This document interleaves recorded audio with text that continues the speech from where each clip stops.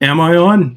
Okay, so let's start reading Super Chat. Escape from Fort Bravo is El Retardo. There he is. El Retardo. Yes. Wow. Yes. El Retardo. Who's El Retardo? People are saying yes. So does that mean yes that you can hear me? 40 minutes Yeah, in okay, and we yeah. can hear him. Okay, so it was OBS. See, now if YouTube hadn't gotten rid of Hangouts, which worked perfectly fine, we wouldn't have this issue. Now, my audio is going to be crap because I've switched to my Surface, so I'm no longer on the Yeti mic, but whatever. I'm sure it'll be fine. So you can hear me. Holy shit. You know what? I'm not going to say anything for the next like 10 minutes. I think you should just go on an epic rant after that, after being kept silent all this time. I Uh, profusely apologize, sir, but at least you got I it have fixed. been reading all your chats, so yeah, that's how I've been testing this. So I exist. Yes, I do. We hear you. This dude doesn't sound like a bloke. Hello. I'm never doing that again. My ears, oh my God, so loud now. Sounds okay. We can hear you. Well, yeah, it's probably because I've cranked. Audio is not crap. Okay, good. I'm using a 5-year-old Surface Pro because I've retired my desktop. Loud and clear. Rant time. Well, I don't know. What do you want me to rant about? Well, probably my complete incompetence with OBS would be a good place to start, I would say. Well, no, God let's damn start it. bitching at OBS. No, we're going to bitch at you. See, this is the thing about YouTube. Around 2013 was when it was the most user friendly. Ever since then, they've been breaking and removing shit. Oh, I mean, I won't swear in your stream. They stuff, things. So, yeah, we can have a chat. So, what were you talking about before we realized that nobody could actually hear me? Okay, so we were talking about there was various questions about Event Horizon, about whether I was a fan of westerns, whereabout in Scotland I live. Some people want my home address so they can come and murder me, presumably. Just things like that. Pretty much, what we can do is maybe go through some of the super chats here, and hopefully we can both answer them. Really, so let's have a look. Tw- tw- Sueze off the cuff. Terry Gilliam movies. Time Bandits, Brazil, Baron Munchausen. How is Good Omens TV series? I haven't seen Good Omens, actually. I don't know if you have, Miss Bowlestrek. Yep. Be honest, well worth watching. It's on Prime. Um, it was all dropped within a week. But yeah, no, it's Neil Gaiman, Terry Pratchett work based off one of their works, starring David Tennant and what's his face, the one that's rumored to be taking over. Somebody in the chat tell me what was his name again? Michael something. I should know this too. Sheen, Michael Sheen. Yeah, so I watched it briefly. Actually, I did a review stream with Nerdrotic about 6 months ago. I haven't watched it since, but it's if anybody is familiar with Terry Pratchett in terms of dialogue, it's very much Terry Pratchett. So kind of that absurdist sci-fi vibe. The story itself is all Neil Gaiman, but yeah, if you haven't actually, you might enjoy reviewing it as well. Bull's Trek is twice as loud as yours. You need well, it might be because I cranked this while we were trying to. Well, I can, I can kind of I can lower the settings here, so you're a bit more in line, I think. Yeah, Sheen is another lame lefty. Well, unfortunately, everybody is a lame lefty now. It's kind of par for the course. Or at One of the least reasons why everything's gone to hell. yeah, at least they claim to be. I always wonder how many of them actually believe it and how many of them are just toeing the line because it's good for their career. Because honestly, it's career suicide to come out as anything else at this point. There's an interesting one actually here from Termin Vest. Drinker, you whiskey-fueled William Wallace of wit, wisdom, and Welsh merts. Have you seen Will Doomcock's latest video about George Lucas rushing to Disney's aid? Also, who's worse, Ryan Johnson or JJ? Oh, I'll get to that question in a minute. In terms of the George Lucas thing, Bowlestrek and I was just discussing this with you just before the call started or the live stream started. What it basically boils down to is that they've done some test screenings of the new Star Wars movie of Rise of Skywalker. The first version was the Kathleen Kennedy J.J. Abrams version, which apparently was dog shit, and the audience were howling with laughter about it. Bob Iger lost his shit about it and demanded a complete recut of the movie. So they then screened his edited version, which did better. It was kind of middling. And then George Lucas came along and said, "Well, look, I've got an idea that might rescue this potentially, and it's that we have some kind of secret Skywalker. Like there's another Skywalker out there that we didn't know about before, and they've just suddenly appeared to sort of save the day." And that got pretty good reviews from the test audiences. So now it's a question of which version are they potentially going to go with? The Kathleen Kennedy one, the Bob Iger one, or the George Lucas one. And honestly, the way Doomcop put it in his video, Kathleen Kennedy has got final cut over the movie. So whatever she decides, it'll be her version. It kind of makes me think the fuck it factor is going to come in pretty hard for her. And she's just going to say, well, this is probably the last movie I'm going to have any sort of real creative control over. Fuck it, I'm just going to do my version, and I don't care how much it pisses people off. That's my take. I don't know, Bowlestrek, what you might think about this. I think they're screwed no matter what they do. This movie is dead. You can blame.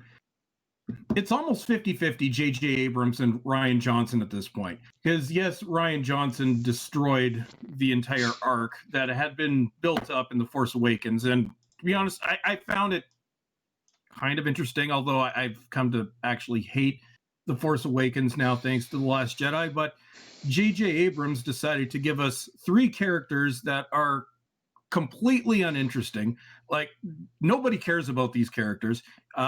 He was the one that, spoilers, but I'm sure you've seen it, killed off Han Solo. He probably was going to kill off Luke, but I tend to think he might have waited till the 3rd movie. But they have nothing to work with. It's crap. And no matter how you cut this movie, unless you just completely scrap this entire storyline, scrap the characters, and just go do something completely different, there's nothing you can do with it. I don't care what happens to these characters. I don't care that they've brought the Emperor in to try and save it, saying, "Oh, look, remember this guy? Yeah, well, come see our movie or we're all going to get fired."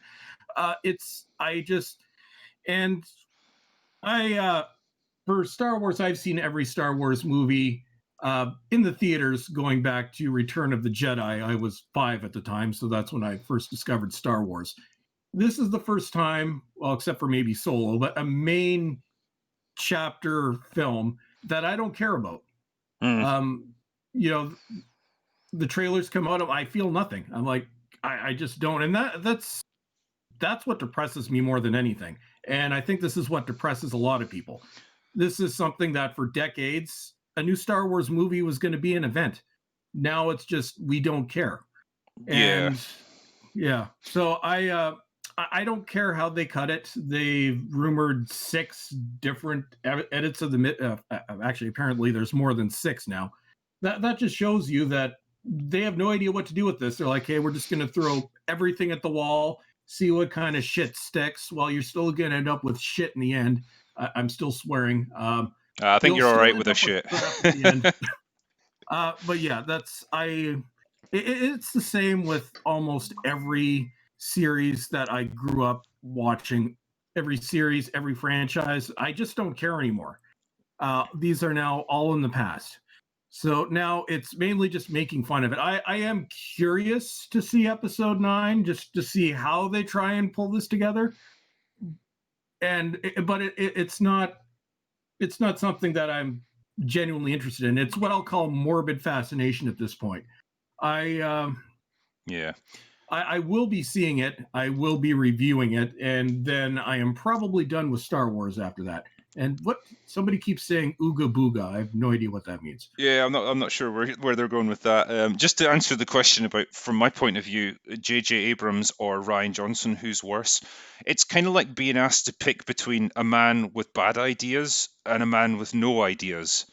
You know, which is really worse? In a way, I sort of like I sort of like Ryan Johnson more, if that makes sense, or I dislike him less because at least he had something that he was going to try. I mean, it was horrible and it was a complete disaster, but he had something kind of original and unexpected. Whereas J.J. Abrams literally just takes stuff that's been done before and repackages it slightly in a glossier format. And for me, that's just your kind of cardinal sin right there, because you're creating nothing. You're creating nothing of value. You're not taking any risks. You're just creating a corporate packaged, focus grouped, politically correct piece of trash that looks nice and is competently shot, but ultimately does nothing. And I think that's what you get with J.J. Abrams. So I'm really torn between the two of them, if I'm honest with you. Um, some people talking about Watchmen here.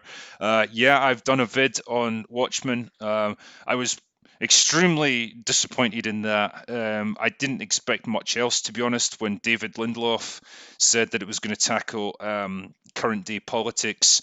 Of course, it either had to be about race or gender or sexuality or perhaps all of those things. Everything that I've seen in it so far, I'm 3 episodes in, just tells me that it's trash and it's going to be a preachy bit of nonsense that bears almost no relation to the actual comic or even the movie. And I was a big fan of both of them. I actually thought the movie was good.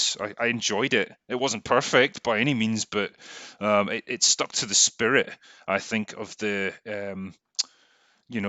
comic, and that's laudable, I think, in this day and age. Yeah. Well, it's I think when you look at Ryan Johnson, maybe had he said, "Okay, I apologize, this didn't work," but the fact that you go out and attack the fans, and in unison everybody attacks the fans, then you end up pissing off the fans. I'm like, every franchise can have bad movies. Like, look at Star Trek. You know, Star Trek the motion picture and Star Trek 5, I would say, are objectively terrible movies. Do we hate the franchise because those movies exist? No. Did they attack us because of that? No. Whereas Star Wars, it's okay. You're gonna like our talking points, and it's this. And I can't really speak on Watchmen because I saw your review, and that's really all that I've actually seen of the show. I have no interest whatsoever. I'm reviewing Woke Batman right now, so I can only handle one terrible show at a time. I think you would have a field day with it, honestly. Like from your reviewing point of view, it's right up your alley. I think you could go to town on it. Like I say, it's all focused on race and discrimination, and basically all white people are evil and all that sort of thing. And it's so unnecessary. And I don't know why they picked Watchmen as their vehicle for that kind of thing.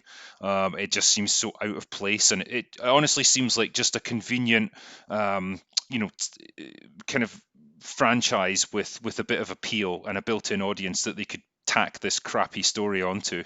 That's all it seems like to me. It's happening with everything now. Anything that gets rebooted, anything that comes back at this point, that's what you have to expect, that these agendas are going to happen. And I keep asking myself, and a lot of people ask this, okay, outside of The Last Jedi, which didn't flop because people didn't know what they were getting into until they watched the movie, and then it fell off a cliff, 1.3 billion when it should have made 2 billion. Captain Marvel, which there are allegations of some hokiness going on there in terms of the numbers, but Captain Marvel was sandwiched right in between two of the biggest films of all time. But outside of that, how many of these franchises have actually succeeded? Ghostbusters 2016, which a lot of people call, including myself, call Patient Zero, that was a flop. Star Trek is a disaster. Doctor Who is a disaster. Terminator is, well, a disaster. Yep. X-Men was a disaster. Uh, it's every franchise that, like, regular people do not want this crap pushed down their throats, regardless of what race, gender, whatever.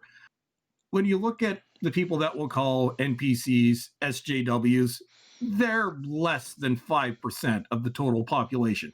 So they're making these things for a very slim minority. And I should say these are people that would not be interested in seeing any of these films anyway. Well, they can't afford it So most of the time because they live in like a studio apartment with like 6 other people. yeah, it's like we'll preach, but we won't see your movie. And at this point, I think we're going to see this go on for a few more years. It's almost like profit doesn't matter anymore. The focus is spreading the message, and if you look at it, it's like they're actively trying to divide people. They've tried to divide us amongst gender lines. They've tried to divide us amongst racial lines. Recently, with the OK Boomer trend, they're now trying to divide us on age lines. It's like we just want to be entertained. This is maybe why I don't know. I've stopped watching new Hollywood movies. I think are companies like Scream Factory, Vinegar Syndrome, and all that are giving me all these great horror movies from decades ago. Then I can remember what it was like when things were made for the sake of art. Well, maybe to make a profit as well, but also for the sake of art. They weren't made to push agendas. I think as well, like the thing I try to keep in mind is that, from when you commission a movie to when it actually gets released, it can be a gap of like several years. Like they don't Yeah, always usually happen two's quickly. about the standard. Yeah, so it may be that some of this is like, we're seeing movies that were commissioned back during that Ghostbusters era when everyone was like, oh, like being super progressive is the way forward. And every movie that we do like that has some kind of political, agenda to push, it'll do great. It'll definitely work. And then a few years down the line, they start failing. And only now are they coming to realize, like, shit, this isn't working at all. But we've got these movies in the pipeline, that we commissioned years ago and they're only just coming out now. We can't just scrap them. We have to release them. But I honestly think like a lot of the media coverage is what creates the biggest problem. If you'll often see these things advertised, like all these journalists who make like $5 an article banging on about how like the newest Terminator movie is going to scare the pants off you if you're misogynistic or whatever, and they're just gleefully like trashing the patriarchy or whatever they think their enemy is. But then when you actually watch the movie, it's like 100 times less extreme than the way they were making it out to be. So these people kind of make it worse. They actively scupper movies, which could potentially do okay.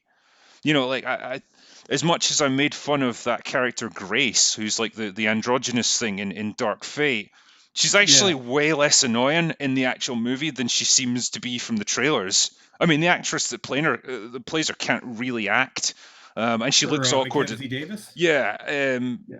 maybe she's a great actress in other roles, but in this role, she just seems completely lost, and she's awkward as fuck looking. But the actual character isn't that annoying, and she's not some kind of like you know empowerment figure that just shits all over men at every opportunity. She's not a Captain Marvel type character. She's just a person who's doing a job. She's like a soldier. But the way she's been made out in the media actively makes you dislike her because it sets her up as something she isn't. This is why I think they make it worse. And it's in some cases, it's almost like they deliberately want to tank these movies. I think maybe one of the saddest cases is Dark Phoenix. 2 movies ago, we had Days of Future Past, which is personally one of my all-time favorite comic book movies. But this thing sat on the shelf for what was it, almost 2 years from the end of principal photography.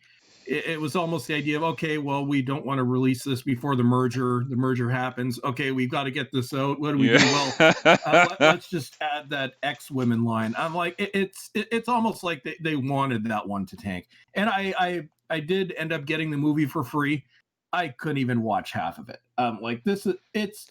I've never watched a movie where you can tell that nobody involved gives a shit. Yeah, I'm like, everybody looked bored. Like it's awful. It's like And the only thing I can liken it to is The Room when you get to the later stages of that, and you can see that the life has drained out of the actors' eyes, and they're just trying to get through the scenes so they can get the fuck out of there.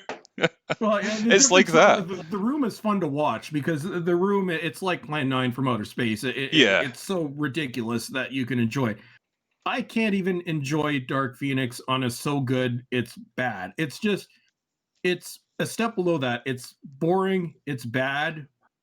There wasn't I couldn't even really tell if there was, well, I didn't finish it, but I don't think there was that much agenda pushing in it anyway. But to be honest, I started falling asleep and then I'm like, well, at some point maybe I'll try watching it again to review it. But it's like it's such a bad way for the X-Men pre-Disney X-Men franchise to end. Because yeah, we had the Last Stand and well, Origins Wolverine. Less said about that, the better. Mm. But it's like they reinvigorated. You had First Class, which a good movie. Days of Future Past, which was brilliant. Apocalypse, where everything starts to fall apart, and then you have.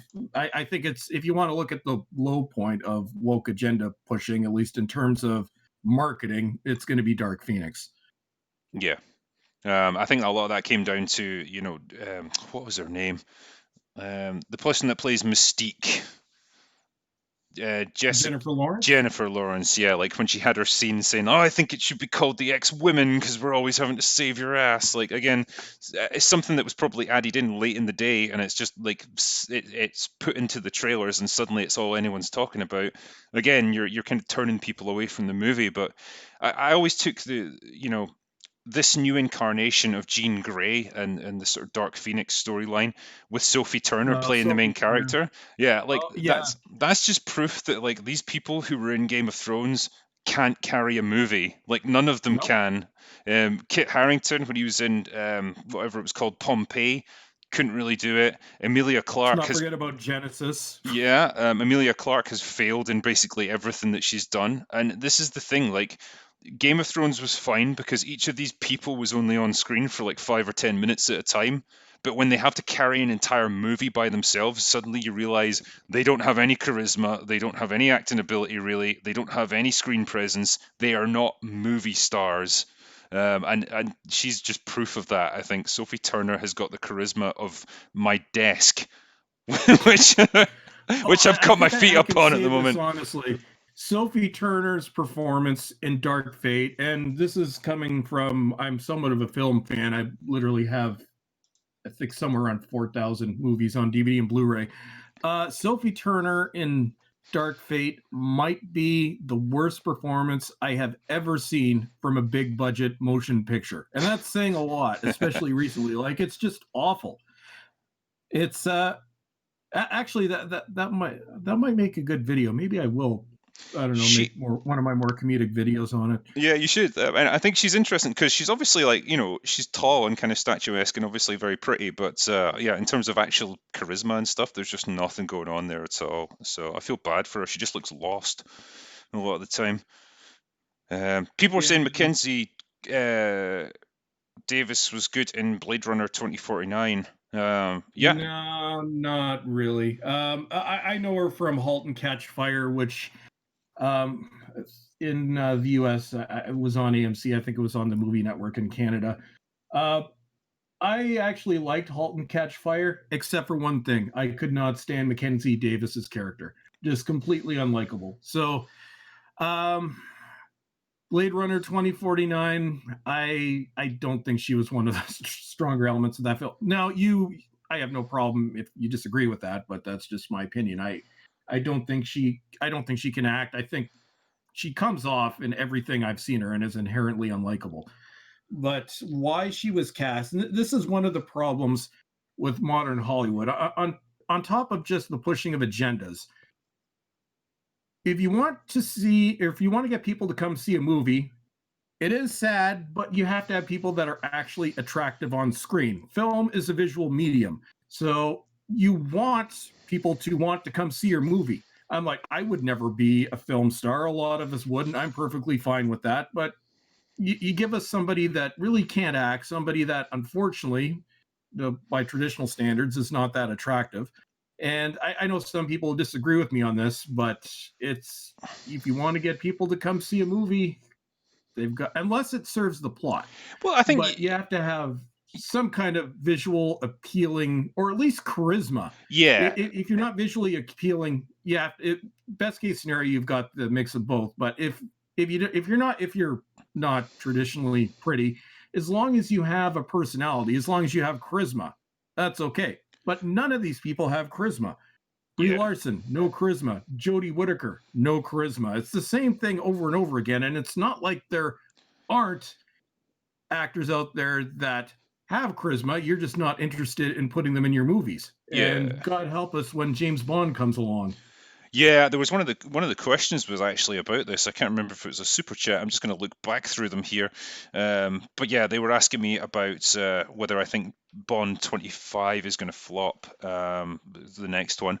None of the signs coming out of it are sounding good, to be honest. No. I even did a video about this where it was, you know, Bond is your quintessential man's man, and maybe that concept is outdated, but for a lot of people, it's not. He's supposed to be, he's supposed to be cool. He's supposed to be masculine. He's supposed to be assertive and in charge and, irresistible to women. We don't need this, what they're going to be doing with the next movie where, he tries to win a woman over and she's like, no, I'm not interested. Apparently he's going to get a Me Too kind of, experience almost where the women aren't interested in him and he can't win them over and he's being replaced by a female agent. um, and it undermines the core of what the character is, and it's just so sad really to do that to him.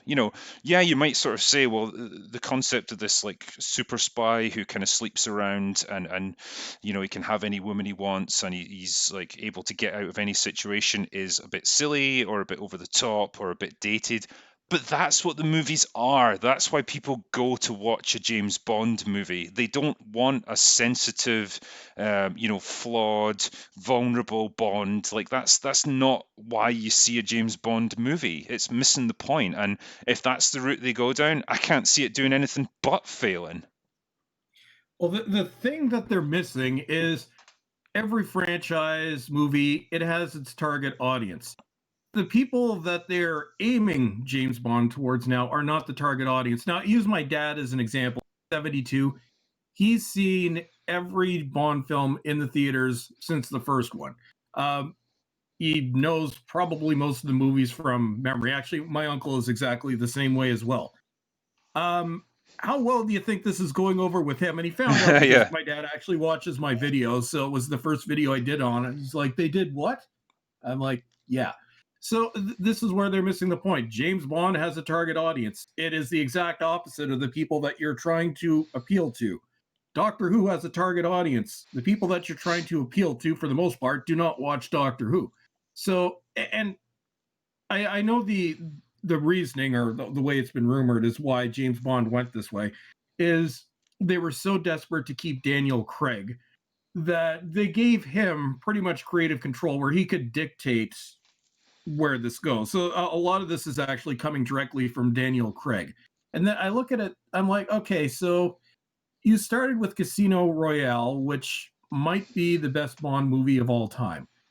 5 movies in, you're going to destroy the franchise. Is this really how you want to go out? Are you so obsessed with virtue signaling that you're going to tank one of the oldest continuing movie franchises in history?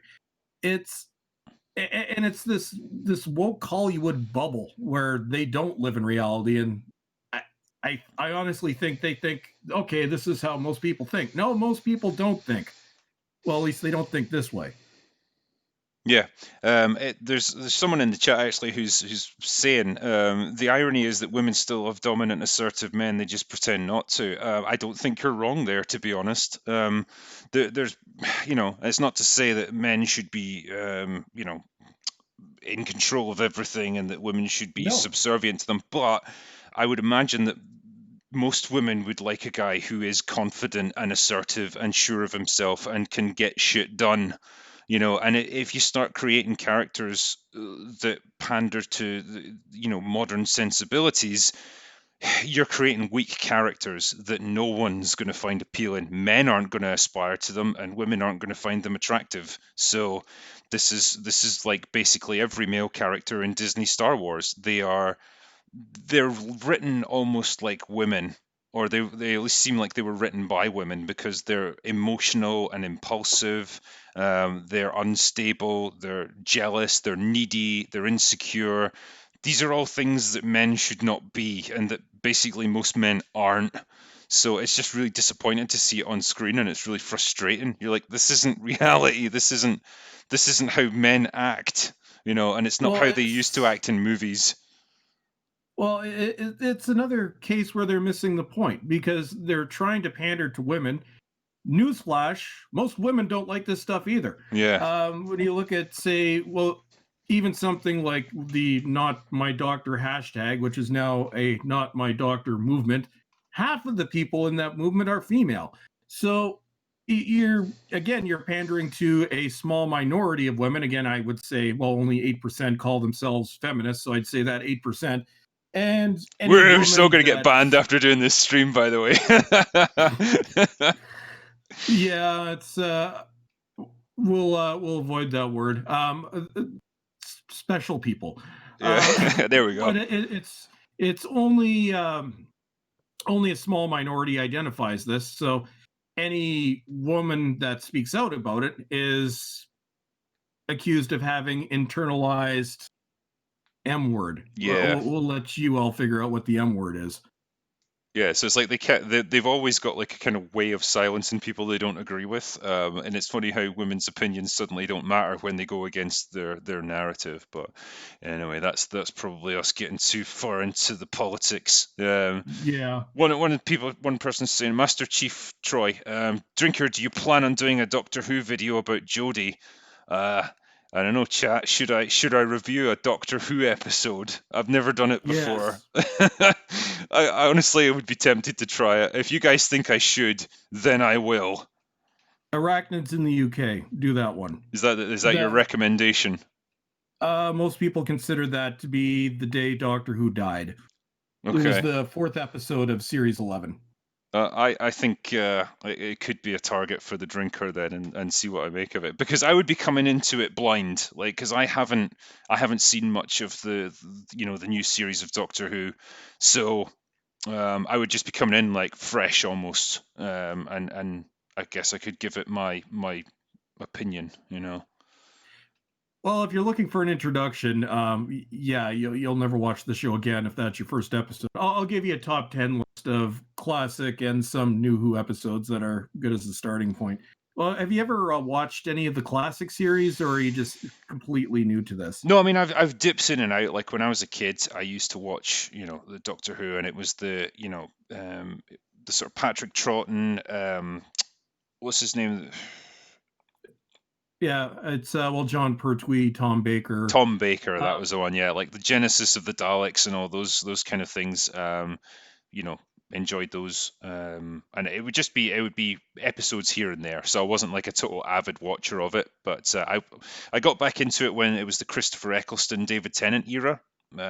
Enjoyed them. And started to tune out during the Matt Smith era, and then by the time Peter Capaldi came in, I was just kind of out. And it wasn't that I was boycotting it, or that I hated it or anything like that. I just kind of moved on to other things, I guess, and I just kind of burned out with Doctor Who. yeah, well, Capaldi was a wasted opportunity, but that's a whole other story. But yeah, it'd be interesting to see because you've kind of tuned out for really what was the decline of the show. So it really it started to go downhill around series 6, not because of wokeness, just because Moffat came up with a plot that he didn't understand himself. So it'll be an interesting perspective for somebody that hasn't watched since the Matt Smith years to pick it up, 7 or so years later and see how it's degenerated. But yeah, arachnids in the UK. Start with that one. All right, this It is might this. be the worst episode. Yeah, I'm going to give it a go. I'll do a proper drinker review of it. I'm going to look through a couple of the super chats here, because I know there's a bit of a backlog here. So, especially when we had all our technical issues at the beginning. So I'm going to go through them now, if that's all right with you guys. So yeah, use Discord from Dave. Yeah, I'm on Discord, and it was not the Discord that was the problem. It was OBS, but we got it fixed, and everyone involved has been punished suitably.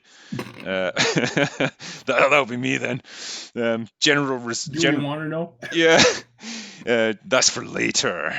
General Zod's fandom zone. I love your reviews. Thank you. I appreciate that. Um, I've done that one.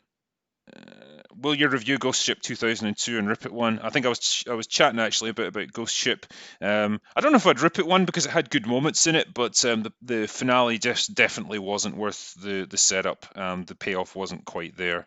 Oh my But god, I remember that movie. That was awful. yeah, I I liked think the bit at the it's on beginning DVD when somewhere.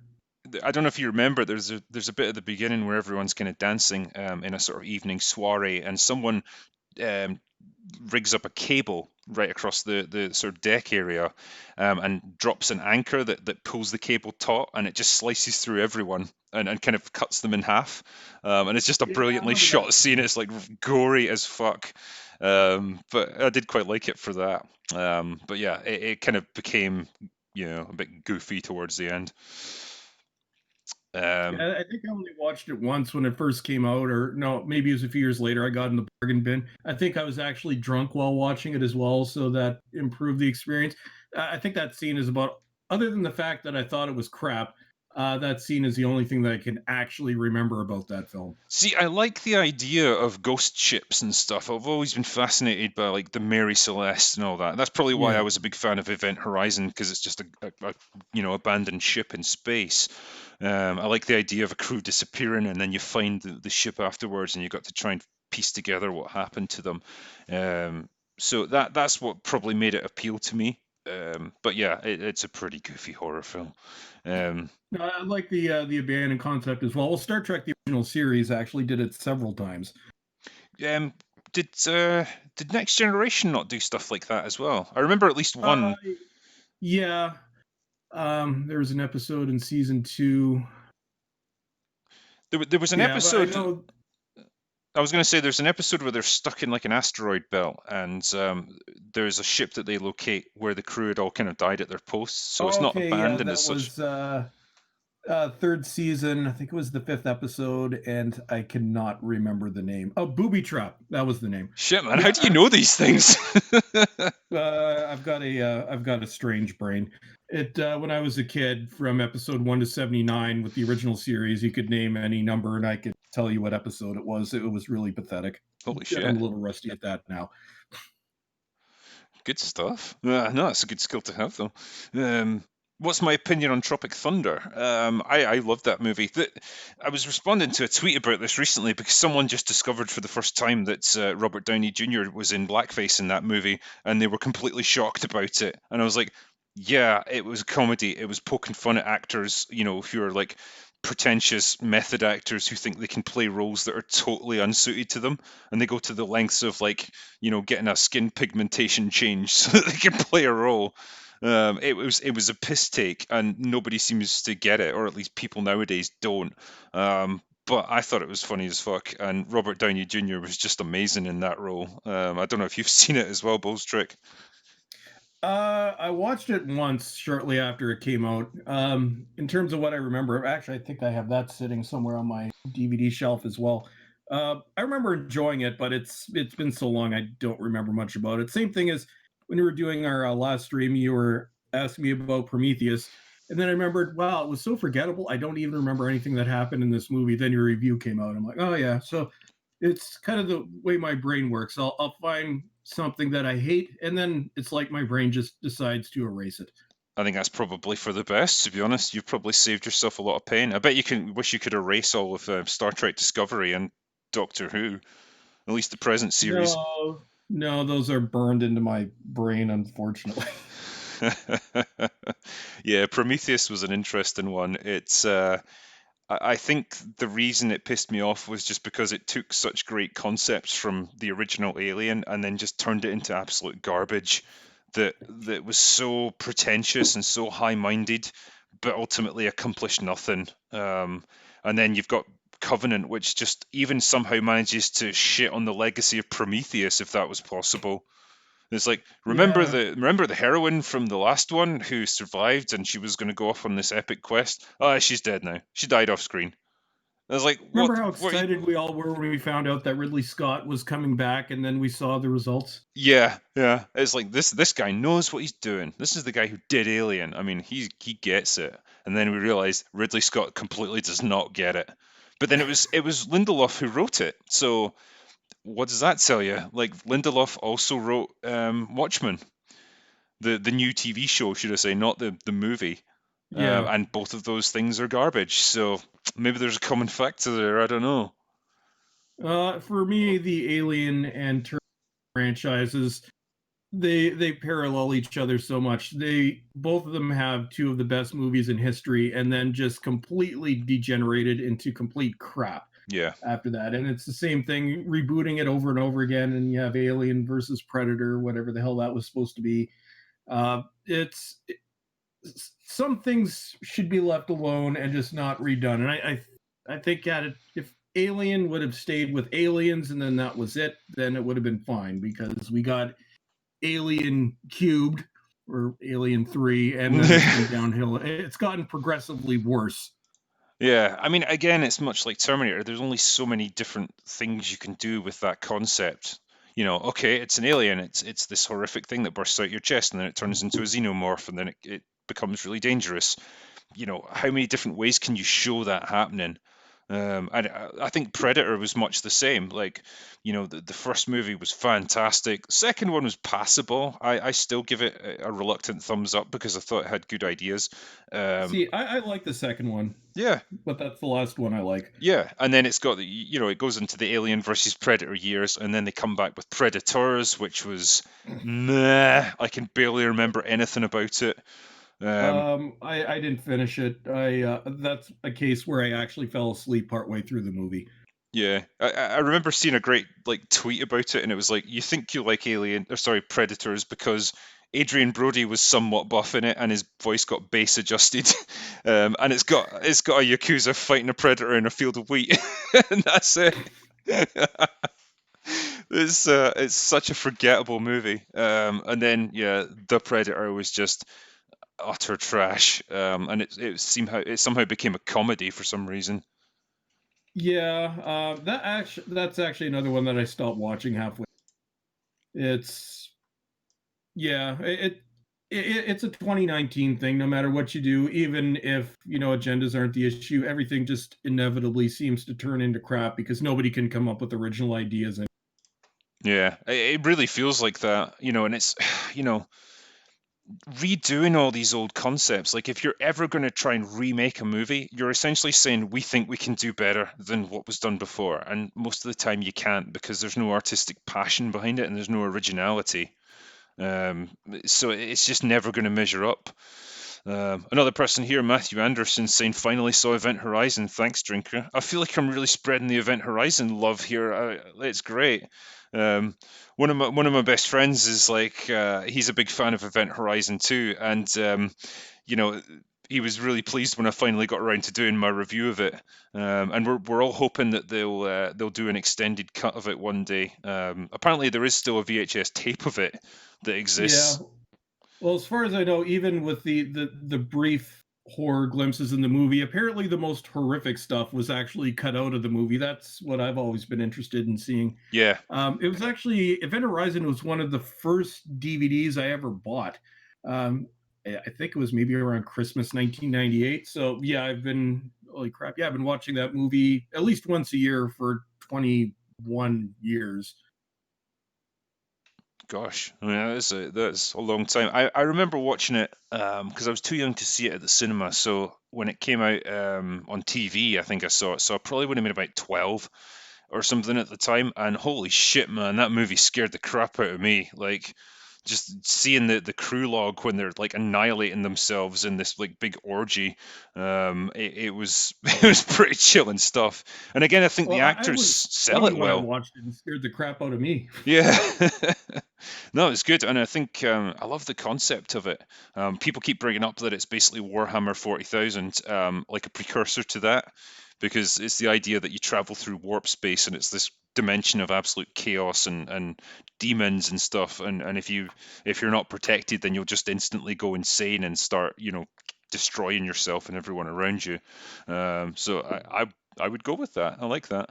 Yeah, here we go. It's like someone here saying that Event Horizon is set in the Warhammer 40k universe. I really hope it is. I think that'd be great. Recent best horror. It follows. Yes, I will agree with that. It's not a super chat. It's just down here in the chats. Yeah, I'm trying to follow the chat at the Yeah, same time. yeah. No, it follows is easily one of the best horror movies to come out in the past decade. It was a good And concept, definitely. yeah, well, the whole movie, it's written as a dreamlike sequence, and I think, and you kind of have to realize that because some people watch and be confused by hell, be confused as hell. But the whole thing, it's a dreamlike sequence. But yeah, that's one of the movies that I now watch every Halloween. I just had to point that out. Yes, it follows is, I think, one of the best horror movies, probably one of the top 20 horror movies of all time, at least. Nice. I'm trying to think. Yeah, I mean, I would definitely rank It Follows up there. I enjoyed It Chapter 1. I thought that was pretty well done, a pretty effective horror movie. It's a shame the second chapter was such a letdown. Yeah, I haven't seen it yet. It's not a worthy follow-up, I would say. It kind of has comedy elements into it, and it's really out of place, and it feels just a little bit predictable and safe. Like you kind Yeah. of know what Pennywise is going to do, you know what's going to happen and stuff. And yeah, it doesn't live up to the legacy of the first one, which is a shame. Someone here saying no sequels to Event Horizon. Well, they're actually doing a TV show of it, from what I've read. They are going to do a TV I adaptation of Event Horizon, and some of the original people that worked on the movie are going to be involved. Yeah, no, I nothing about that makes me excited. Yeah, I think there are some movies, some franchises that just need to be left alone. You're not going to improve on. I'm like, it's like trying to remake Citizen Kane. You're not going to match the quality of Citizen Kane, or God help us if they reboot something like Back to the Future. Event Horizon, it was a single movie. It was a brilliant movie. I think it should just be left alone. yeah. There's another one here actually. Event Horizon's an unofficial sequel to Disney's The Black Hole. Yeah, that was a really surprising movie from Disney of all people. Like I remember Oh, watching it's that. yeah, dark Disney. It was really Yeah, you, Disney.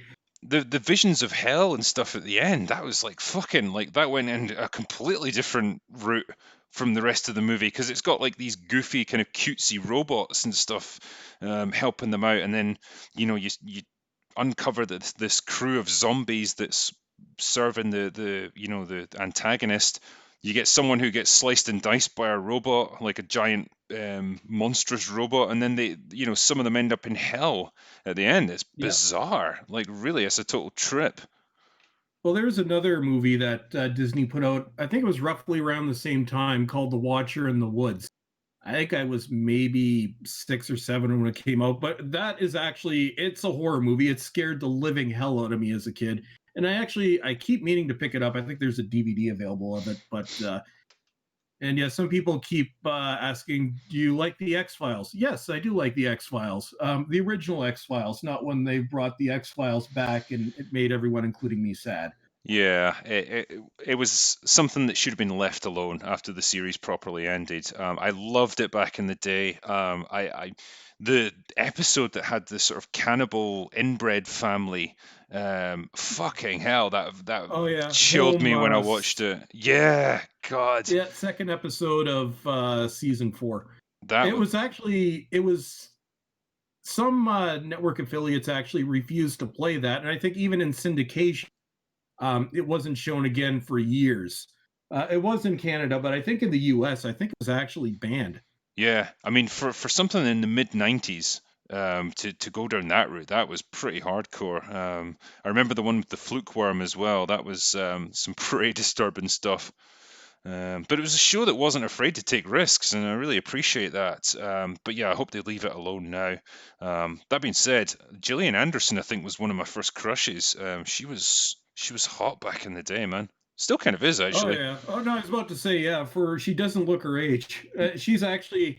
The two reasons why it won't be coming back. One, Gillian Anderson is no longer, she's out of the X Files. She does not want to do it again, which after the last season I can understand. And the last season was a ratings catastrophe. So if you want to watch the X Files, the quintessential X Files are going to be the first four seasons, a little bit into the fifth, and then it kind of slowly goes downhill after that. Yeah, I think once Mulder exits and they replace him with is it Doggett, like the Or T1000. Doggett. Yeah, Actually, I didn't mind Doggett. What actually killed the X Files was Duchovny was at the during season 5. Duchovny was actually going to leave because he wanted to live with his family in Los Angeles. So they moved the entire production to Los Angeles for season 6 from Vancouver, Canada, which is where the first 5 seasons were filmed. And then mainly because it had the whole Hollywood vibe to it, the whole tone kind of changed. Then Duchovny ended up quitting 2 years after that, anyway. But and I don't know if you remember Ally McBeal, but that's what the last two Duchovny seasons felt like to me. It's like they were trying to turn the X Files into a comedy, and it just didn't work. yeah, yeah. I mean, it's definitely a show that tailed off towards the end, and I'm kind of glad they ended it when they did, and I'm a bit sad that they brought it back because, particularly seeing Duchovny like a fair bit older, it just felt like quite dated. So yeah, not the best, but yeah, the first four seasons, like you say, excellent stuff. Some great thought-provoking episodes. I remember The Outer Limits as well when they did that. I really liked that show back in the day. The remake from the 90s. Yeah, yeah, I really enjoyed that. There's some really interesting kind of concepts in their episodes. I'm sure one of them had Mark Hamill in it as well. I don't know why I keep seeing him keep crops Probably. up I in weird know places. Leonard Nimoy was in it the first season. Actually, I remember that because The Outer Limits, from what I remember, I don't think it was net. I think it was. I might be wrong, but I think it was syndicated. But for several years, we got the X Files through Global TV, which is a Canadian network, same time as the U.S. So we get the X Files Sundays at 9, and then The Outer Limits at 10. So I kind of almost relate the two of them together because I used to watch them back to back each week.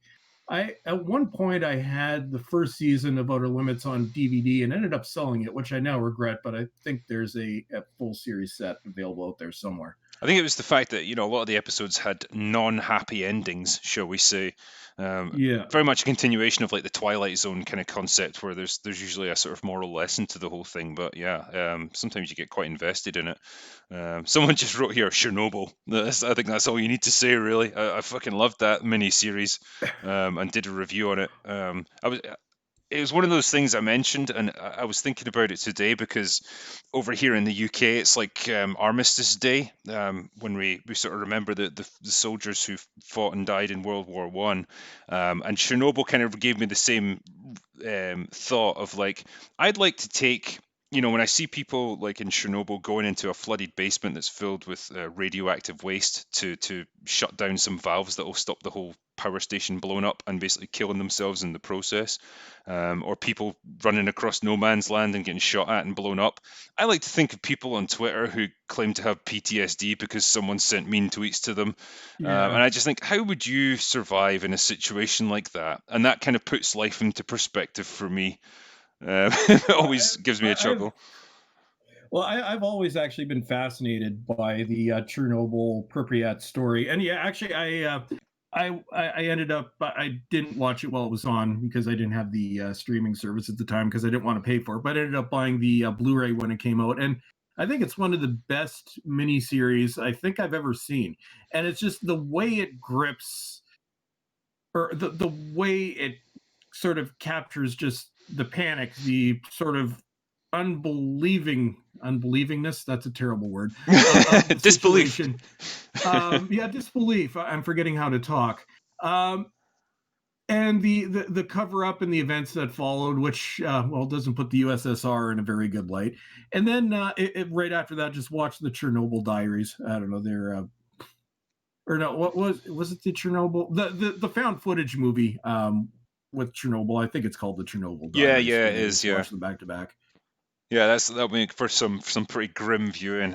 Yeah, I mean, I like the show because It certainly portrays the Soviet government in a terrible light, but it shows acts of individual heroism from people all the way up the chain, which it reminds you of the kind of sacrifices that people were expected to make back then, and they just kind of did it. And I think that's just remarkable.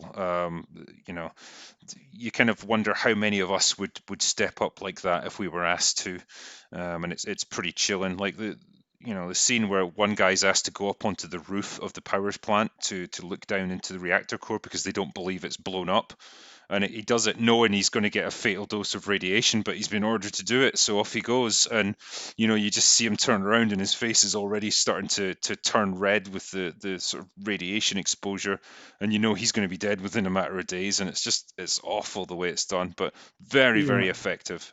So Or the excellent scene show. where they're sending people out on the roof to try and shovel the radioactive uh, fallout or whatever it's called from the top of the reactor. Where okay, yeah, you have 2 minutes, and if you're any longer, you're dead. And Yeah. then one guy gets stuck. Yeah, it's just you would be like that the way, because like he's kind of running around looking for something to pick up and throw off, and he's in such a rush to do something that he kind of doesn't really accomplish anything. And you think a lot of people, that's a very human reaction when you're suddenly put under pressure like that. You've got to do this thing really quickly and efficiently. Suddenly you can't think properly. Again, really well done. Well, you think of all the people, especially in the beginning, the young guy that was the fireman. I'm like, you feel so bad for this character because they didn't know what they were getting into. They're like, yeah, it's just another fire, and then you watch them die in the most horrific way possible. Yeah. And yeah, Oh, yeah. I mean, the effects, to simulate the effects of radiation sickness were excellently done. I think the most effective one almost is when you don't see the character, because the this female scientist is interviewing one of the reactor technicians, and you don't see him, but you see her expression, and she's just got this look of absolute horror on her face. And when she walks away to report back, she's like, "Yeah, like his face was completely gone when I was talking to him." And it's just chilling because you don't even need to see it; you can just imagine how horrific that would have looked. So yeah, it's a great show, and for anyone who hasn't seen it, I very much recommend it. What one person was mentioning here, just the total tangent that I went off on. The Rock was the unofficial James Bond sequel. Yeah, it was Sean Connery, basically yeah, playing a British secret agent. I like The Rock. It's one of those movies it was that sort of golden era of what was it, Jerry Bruckheimer and Don Simpson, yeah. I No, think. Bruckheimer. It was from it was '96. Yeah, if you're looking for your quintessential '90s action movie, it's The Rock. Yeah, it's good. It's a fun movie. It's well done. It's well shot. The soundtrack's good. Yeah, it's just I like it, and I like Sean Connery's character in it as well. He's got some good lines. Yeah, and he was still in his prime back then too. Is James Bond his real name, or is just the name given to all 007 agents? That is a good question. Never been made clear, but I think deliberately it hasn't been made clear. The There's the theory that because obviously it's a different actor playing, there's been what, six now, that it is a title that's passed down from agent to agent. But it's one of those things that's never actually addressed, which I think it works better that way. I'd rather not know. And God help us if they even try explaining that in Bond 25. But yeah, my theory is it is a title that's passed from agent to agent, but I don't want that ever to be covered within the narrative of any of the films. Yeah, I think I edge more towards it is the same person, but they play really fast and loose with continuity, because he seems to always have the same personal backstory that gets referenced occasionally. Like, you get not that many details about Bond's life or his personal life, but every so often you do, and they always kind of line up with whatever actor's playing it, which makes me think it's the same man. But obviously, he's apparently an ageless vampire or something. I don't know. Or Um, maybe like Doctor Who Regeneration without the actual regeneration sequences. Yeah, it could well be. Yeah. Do you have a favorite Bond? I should ask. Mine, yeah, Casino Royale. I was thinking more about the actor that plays them. Oh, a favorite Bond. I would probably have to go with the original Sean Connery. Um, I like Daniel Craig. Um, Pierce Brosnan.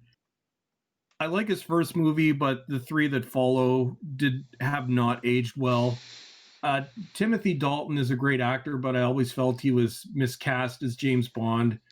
Uh, Lazenby, thank God they only gave him one film. Yeah, But yeah, I'd have to go with Connery. yeah. I'm not inclined to argue. I will say though, like for me, it's controversial, but Roger Moore does get an honorary mention because I think a lot of the time Moore was hampered by bad scripts rather than Well, that's him what I being a was bad about to actor. say. Because It was.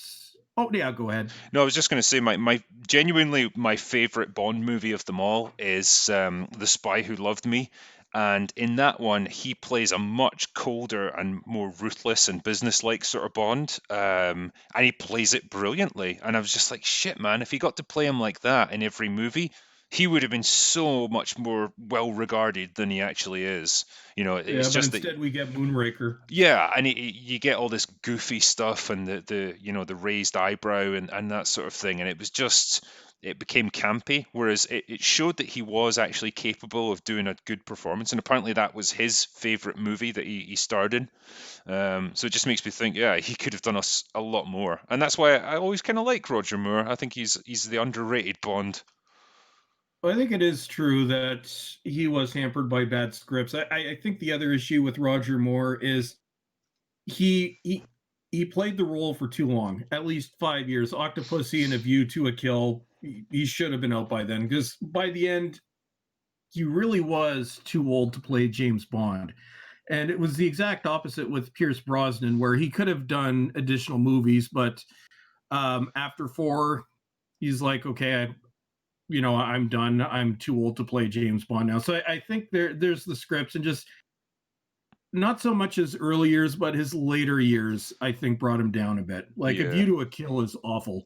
it's funny. Like I don't know, like turning say 50 back then in the 70s or the 80s, it's a lot different from turning 50 now. Yeah. If you know what I mean, like people, I don't know if it's they get work done or they exercise better or whatever, but like you've got actors like Daniel Craig who can carry on playing that very physical version of Bond like later in their life, whereas back then I think it's almost like people aged quicker and like they Yeah. showed their age a lot quicker. And yeah, you're definitely right, like he should have quit. Definitely the last two movies he shouldn't have done. He should have moved on. It was obviously just contracts and paychecks that was keeping him there. But the same thing with Connery. Like when he did even Diamonds Are Forever, he looked noticeably older. Or sorry, no, Russia with Love. I think that was his last proper Bond. Yeah. He looked, Or when you look with Never Say Never Again, which was 83, which actually, from what I remember, that went up against Octopussy. He was definitely too old, but that's kind of outside of it's James Bond, but it yeah. was a different production company. Yeah, I'm just looking through some of the super chats here. There's one for Blade Fury, Batwoman. If I wanted to see a 50-pound woman in a red wig, I would visit my local Lady of the Night house. Yeah, fair enough. I think that was one of my critiques of Batwoman is like Ruby Rose. I'm sure she's a nice girl in real life, but I can't buy into the idea that she is beating the shit out of guys who weigh like 200 pounds. She That's why it is, gets better every week. yeah, she doesn't have the physicality to carry it, and the bat suit that she wears makes her somehow look even skinnier and less Yep. powerful. I don't know how to describe it. I don't know if it's just because the head's unusually big or something, but weird. Well, she has hair now. After episode 3, she got hair, but it doesn't look any better. Is It that just is that because they were confusing her with the actual Batman? Yeah, she was literally in the script. She was getting misgendered, so she got the wig. Right. I saw it in the trailers, and it just looked ridiculous. Like this big red nonsense wig. It's like a mohawk or something like coming out the top of her helmet. It's well, what I say with Batwoman, or as I have dubbed it, woke Batman. This show is so bad, it's actually worth watching. It's not the same as all the other franchises where they've been co-opted and destroyed. This is so bad. It's not even just that it's over the top with ideology. It's just awful. If you watch my reviews, you'll see they have plots that don't make sense, decisions that don't make sense. Nobody can act. Everybody is miscast. You have Gray Scott, who just looks depressed all the time because I think he realized that he's now a regular on woke Batman. It's like The Room. It's just a train wreck, and Yeah. those are videos that I actually like making because it's not like I'm angry because they're destroying something. I'm like, this is just so over the top, which is why I can't even yell in those videos anymore. Which is why I've kind of adopted this sarcastic thing when I do my weekly reviews. But yeah, Yeah, I honestly it's think worth that's the watching. best way. I think that's the best way to go. You can just pick them apart so much easier when you're not angry about it, you know. Um, Oh, did I lose you? no, no, no, I'm here. Can you hear me okay? Oh yeah, I think I just dropped out there for a second, but I think we're good. I thought the thing had exploded again. Oh no, God, not a return of the dreaded technical problems. No, I was just saying that it's quite a good way to just approach it from a sarcastic, like I don't give a fuck point of view anymore, and you can just pick it apart a lot more easily. Um, Whereas you only get angry about stuff that you actually care about, and I would imagine Batwoman, you just don't care, you know. Well, no, as soon as that first trailer came out, I'm like, my God, like this is the most ridiculous thing I've seen in years. And then I don't know, I think it was the second or third trailer. I committed myself, yeah, I'm going to review every episode. And people called me on it. They're like, no, you're not going to do this every week. I'm like, yep, no, 5 episodes in, I'm still reviewing it every week. There's another episode tonight that will probably be out on Wednesday. Oh no, I'm reviewing the show until it gets canceled. This is just the gift that keeps on giving. I don't imagine that'll be too long, to be fair.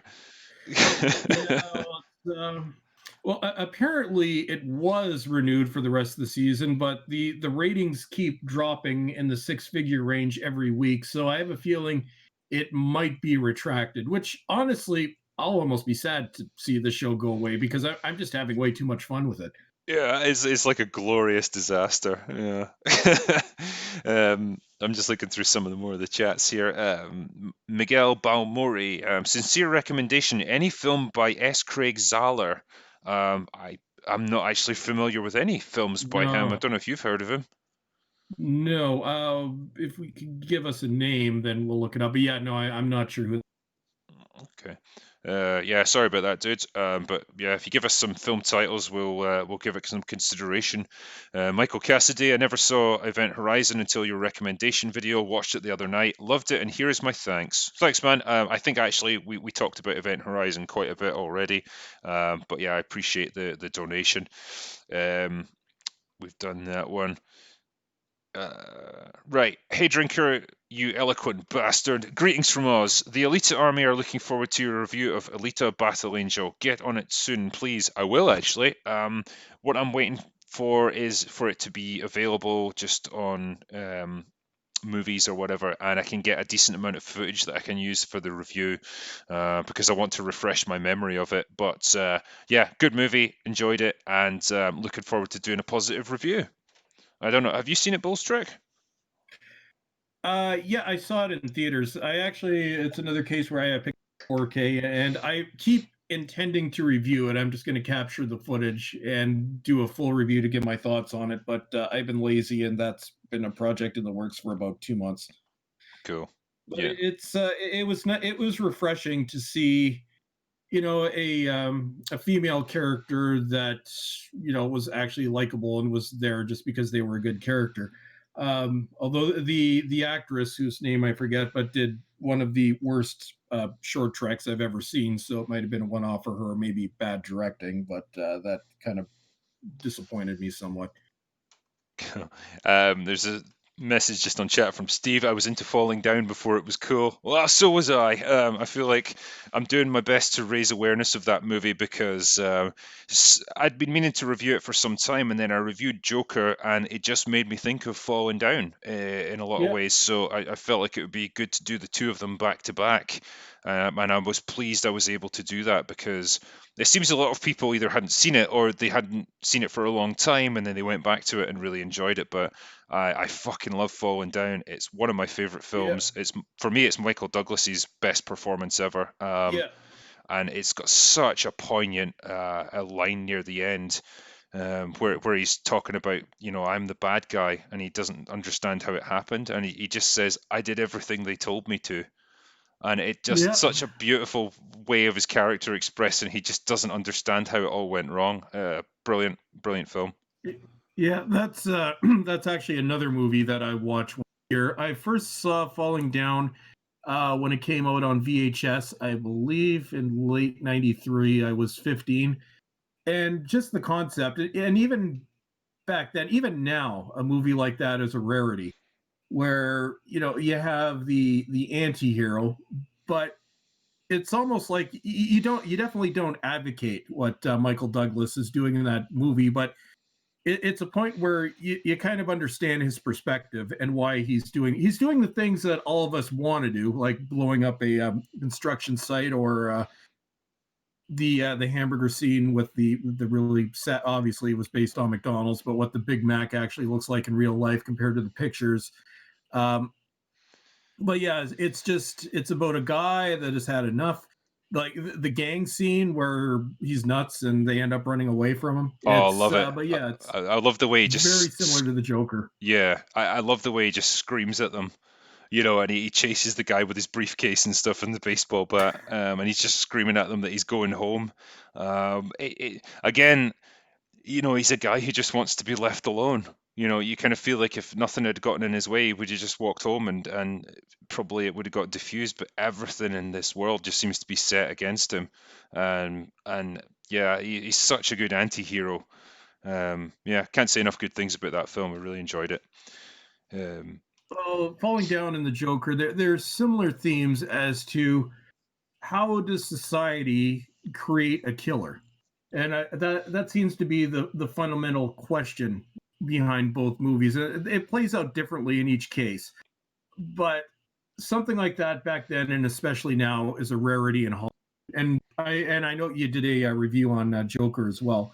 I think the way it covered those themes, I think it might even exceed Falling Down. It's just the Joker is a masterpiece on every level in terms of even down to the cinematography. Joaquin Phoenix's performance is one of the best I've ever seen, and you watch this character devolve into madness as society has literally thrown him aside. And it's like, and that's the idea. How does society create a killer? Well, given the right circumstances, or in yeah, this case, you take away a sick man's medication.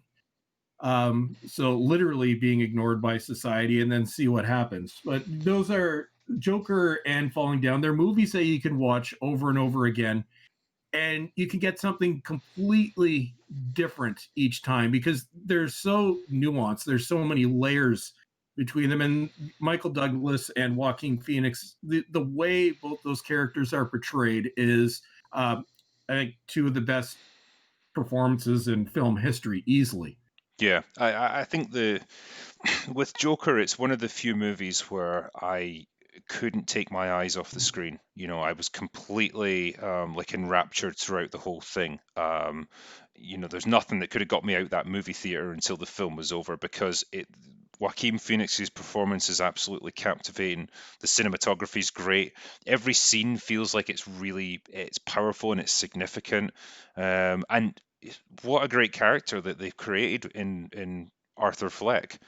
A character, when you see him imagining things like he's on that show with Murray Franklin, the Robert De Niro character, Yeah. where he imagines getting brought down onto stage, and Murray sort of says to him, "Oh, gosh, you seem like a decent chap, a decent guy. I wish I had a son like you."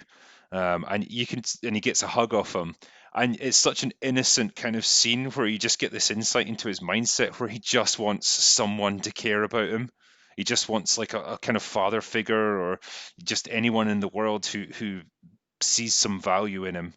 And when you see that that's his fantasy, it just gives you such a tragic insight into his character. It was brilliant. It was really well done. And it's why I can't wait to see it again when it comes out on Blu-ray. To be honest. Yeah. No, I was like that as well. Like I saw it opening weekend. I saw it on the Saturday, I went with a friend, so I was expecting good things out of it, and the more controversy that was around it also kind of stemmed my interest. But I watched it; it was the same thing for 2 hours. I'm like, holy crap! You just can't take your eyes off the scene. I won't discuss the end because I'm sure there are people here that haven't seen it, but so not doing spoilers, but it's a movie that leaves you asking questions. It's a movie that is left up to interpretation. It's a movie where not everything is explained, and you have to, everybody might interpret this a little bit differently. And we don't see that from Hollywood at all anymore. It's mainly because independent cinema is pretty much dead. Yeah. Um, yeah, to see a movie like this, which is a big sort of a pretty big budget A-list movie, but it's actually quite an intimate character-driven drama. Very much along the lines of like Taxi Driver, that sort of thing. Like you say, you just don't get things like that now. That an intelligent movie that's powerfully acted, that gives you a kind of morally ambiguous character and an ending which is open to interpretation. That is, like you say, that is a rarity now, and it's an example of a studio taking a bit of a risk, and and that's it's not. and it's paid off for them in spades. It's not the highest grossing comic book movie at all time, but because it had a lower budget, it is, I believe, now the most profitable Yeah. movie of all time. And I think, has it passed 1 billion yet, or is it No, close? it's not there yet, but I would imagine either this weekend or next weekend it'll do it. Because Yeah, last time I heard it was like 956 million, something like that. So by the end yeah, of its run, it probably will. And if it, I don't know, if they're willing to edit it slightly so it gets a China release, it'll definitely pass a billion. But either way, like if it gets past a billion, it just makes me so happy that a movie like this, with a bit of artistic merit and a bit of original storytelling, is doing so well. Maybe some of the studios will take notice and think, hey, maybe we should take a bit of a risk on other projects like this. People like this stuff. yeah. Hopefully. It is. It is, and it isn't a superhero movie, and it, well, definitely out of the DCEU. More Marvel would never go in this direction, but DC, the characters themselves are darker. Well, not so much Superman, but Batman and related universe is dark. But here's a question, because there have been talks about a sequel. Yeah. Would you like to see a sequel to this one, or do you think this movie should just be left to stand on its own? Much as I would like to see Joaquin Phoenix do the role again, I don't think I'd like to see a sequel because I don't think they could equal it. I don't think they No. could. How it's almost like how Arthur Fleck becomes the Joker is more interesting than anything he could do once he was the Joker. And it's a shame because I think his version of the Joker would be fascinating to watch. But when you look at him, he's not some criminal mastermind that could defeat Batman. He's not someone who could become the prince of crime in Gotham City. He's a disturbed man, a wounded man who's damaged, and he's kind of lashing out at the world the only way he knows how. That's his story, and I don't think you could take him into that. You couldn't morph him into something else, and if you did, I think you'd damage the character. So I almost see this as just something that's very much its own thing. Okay, it's loosely inside the DC universe, but I don't think it needs a sequel. Unless, maybe they'll surprise me. Maybe they can take it in a really interesting direction.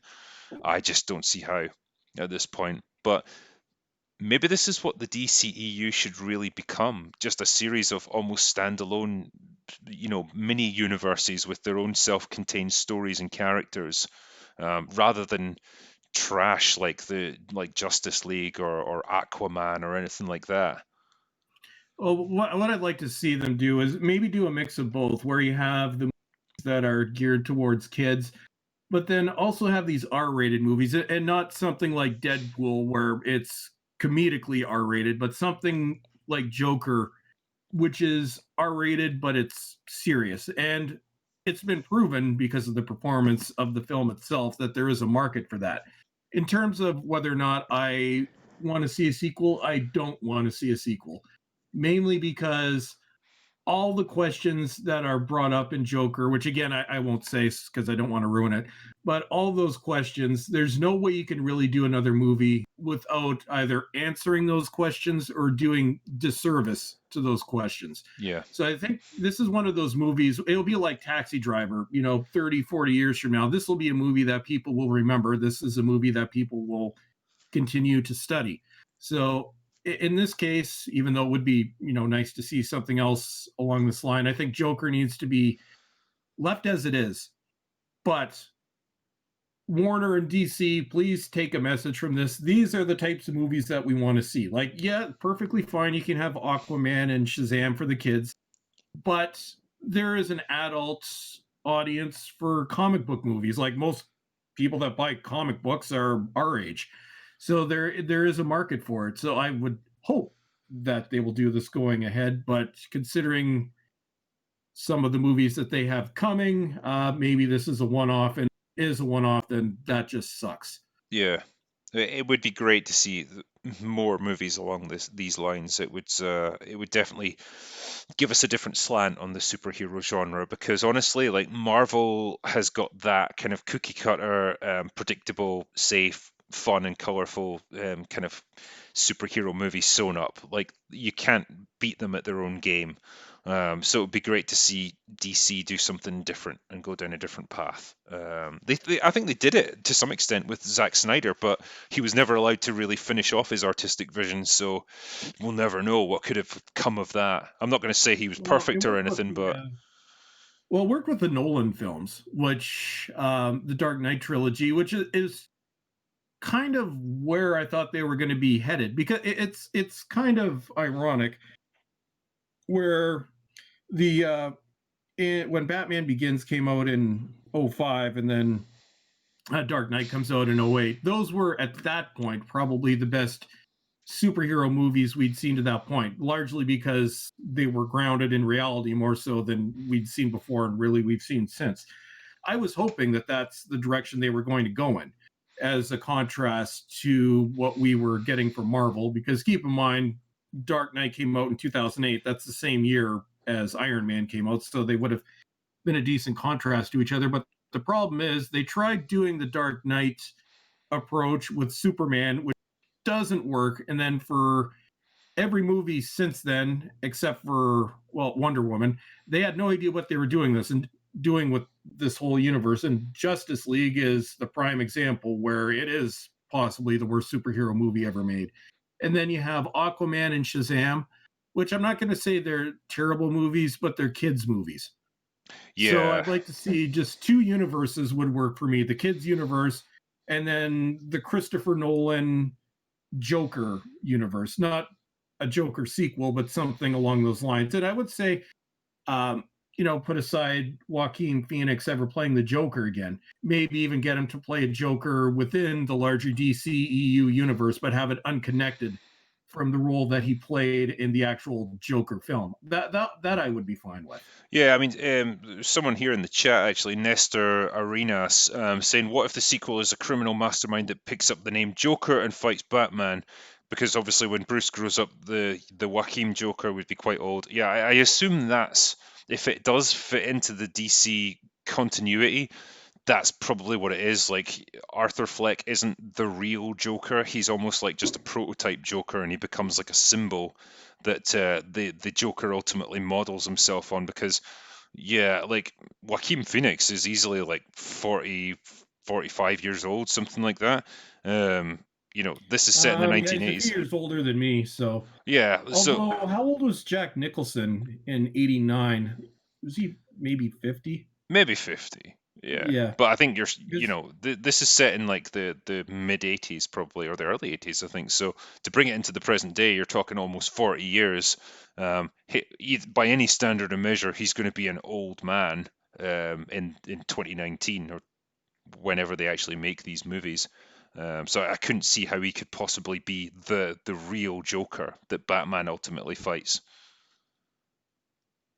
yeah, it's and again, that's why I don't want to see the sequel made, because again, not giving spoilers, but there is a major question in this film, and it is not answered for you. So it depends on how you answer that question through your own view of the movie as to whether or not you think this will work out. But I think maybe because this is outside, if he were to play the Joker as a different character in a DCEU movie, that I would still be fine with. Yeah, yeah, that's fair enough. I think. Um, there was one thing here in the chat that I was seeing, and it's probably skipped back a little bit. Yeah. No, I think I might have missed that. Anyway, I was going to say Bowlestrek. I know, obviously, we originally said about 2 hours to do our live stream. Obviously, we had a bit of a delay getting started. I'm obviously going to stay on in order to make that up and answer all the chats and so on.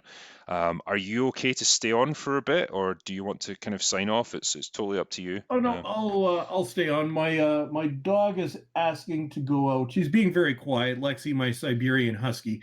So what I'm going to do, I'm just going to take her outside real quick while you're doing the super chats, and I'll be right back. Yeah, no problem. I think there's plenty to keep me going anyway. So good luck with your dog walking. Oh, we just go outside. She tinkles, and then I'll be right back. All right, no worries, man. Cheers. All right. Cool. Okay, so I've got quite a few super chats to get through here. Thanks for sending them all to me, and I'll do my best to give you a comprehensive answer. And if there's any address to Bowlestrek, then I'll obviously call attention to that when he gets back. So, Laws, pop culture today has given me new respect for the Stephen King line, sometimes dead is better. Yeah. There's a line from the actual novelization, that always stuck with me. It was from Bill Denborough, where he said that when he's talking about how politics can interfere with art, he said that politics can change, but art is forever. And I think that's a quote that's always stuck with me. When politics starts to interfere with movies or TV shows or any kind of entertainment or any piece of art, um, it's inherently weakening that piece of art because you're trying to pander to something that could easily change 5, 10 years from now. I think a story which is the stories that have stood the test of time have been stories which address kind of universal ideas rather than just political ideas that are relevant in that year, and that's the best way to do it. And it's definitely the way I would approach storytelling, and any movie that does it, it gets my vote. So yeah, very much so.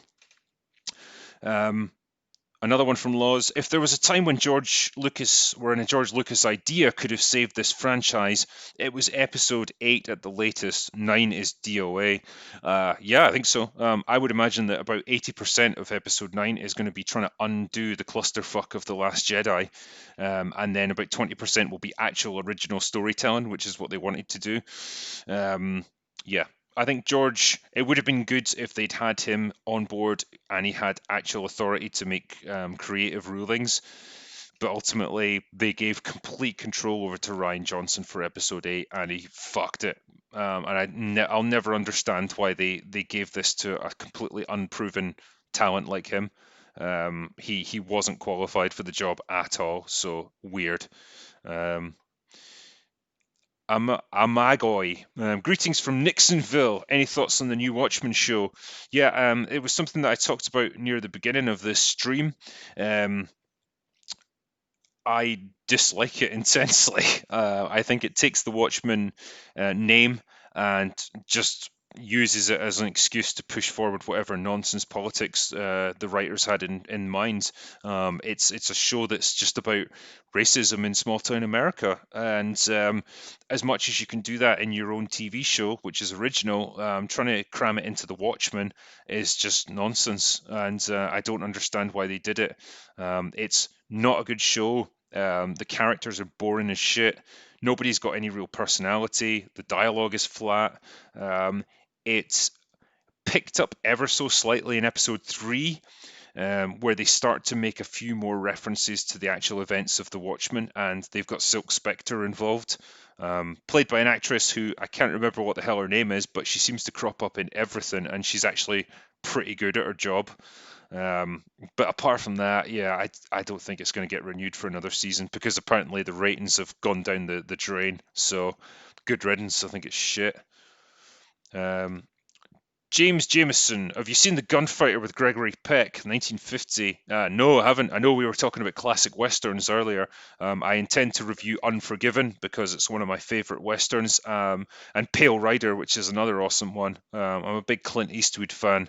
I think he's awesome, but I haven't seen The Gunfighter, unfortunately. So yeah, it's maybe one to add to the list because I do like a lot of these classic westerns from back in the day. They were good. They were good fun. You know. Armstrong. The only way Star Wars gets fixed, Episode 9 ends with Chewbacca when he wakes up and finds Han Solo showering in the Falcon's bathroom. It was all a dream. I presume that's a reference to Dallas. Yeah, if only, because nothing good has come out of Disney Star Wars as far as I'm concerned. Rogue One was passable, but apart from that, trash characters, trash plots, trash politics. Shit is what it amounts to. But it's good review fodder. So, holding out for a hero girl. Star Wars was destroyed on purpose. This is the problem. I don't know if it was destroyed on purpose. I can't remember who it's ascribed to, but there's that saying which is like never ascribe to malice that which you can blame on stupidity. And I honestly think that's the problem here.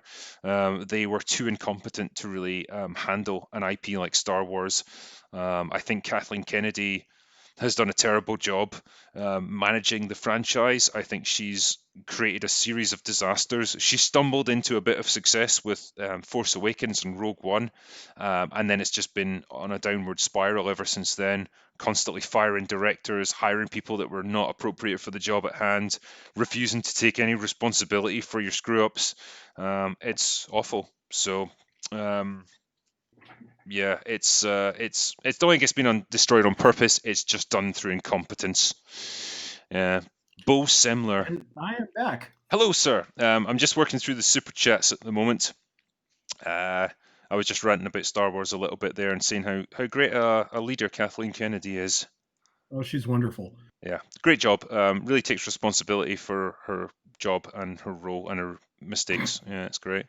I would love to be inside Bob Iger's head just for an hour just to see his absolute rage because I presume, like, from what I understand, he's eyeing a career in politics after he's done with Disney, and Well, because of that might that, explain a lot of what's going on with Disney. yeah, he has to be super nice to Kathleen Kennedy, and he can't fire her because of the way she was born.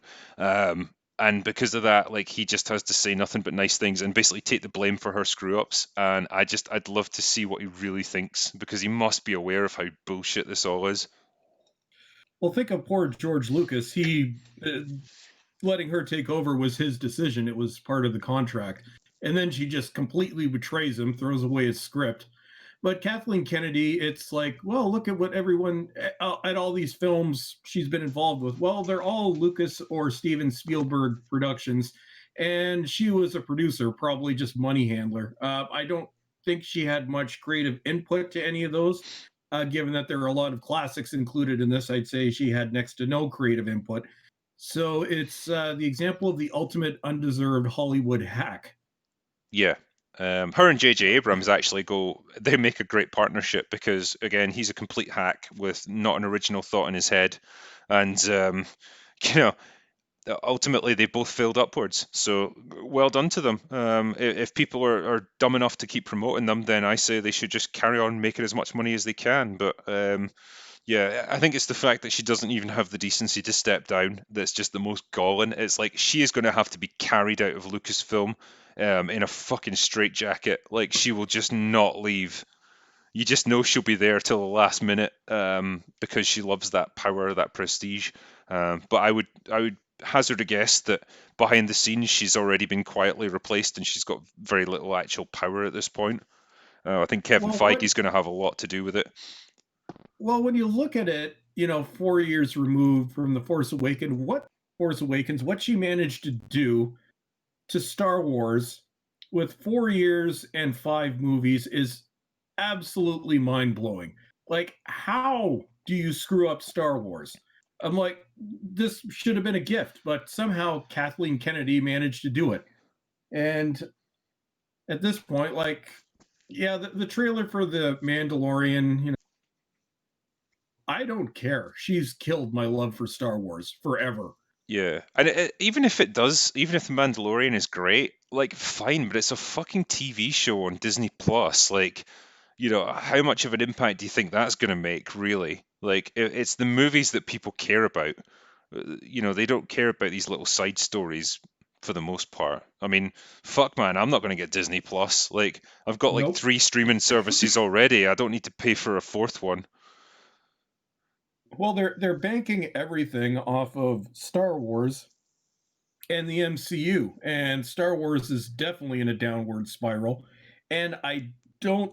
I think we've seen the best that we're going to see from the MCU, and I think it's already reached the zenith of its popularity. Like, there's nothing in Phase 4 that I'm even remotely interested in. So I hope they save the money they made from Endgame because they're probably going to need it. Of course, they also now own Fox's catalog, so they can slowly bastardize every one of those franchises.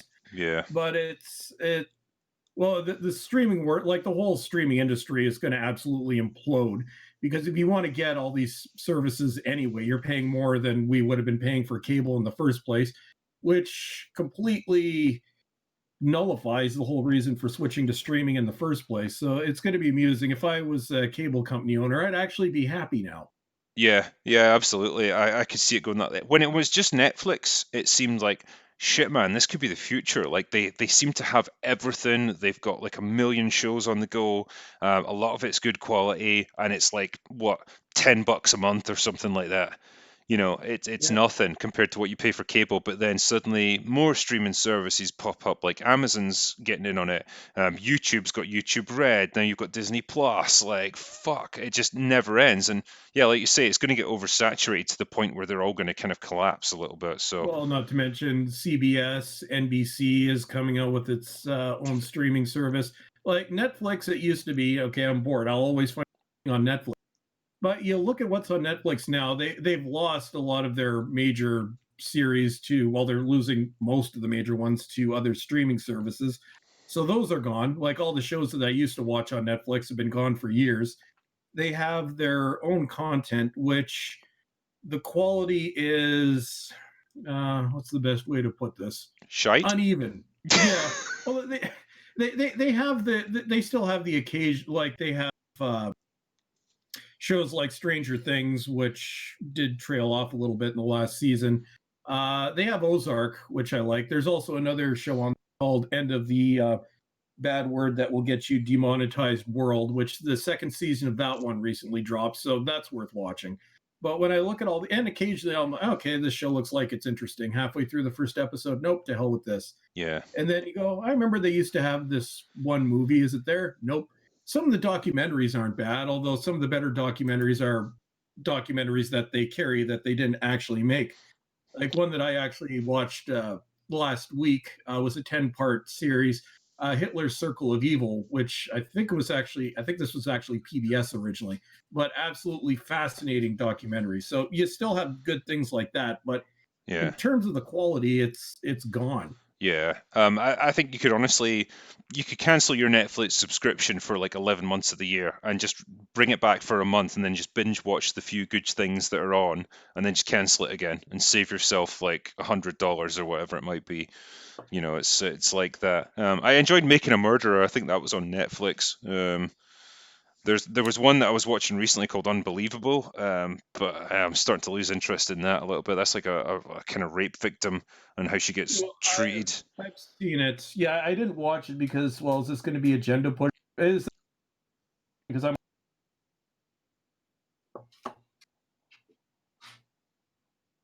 Oh, did I lose you? I think you might have done. Yeah, you just kind of broke up a little bit there.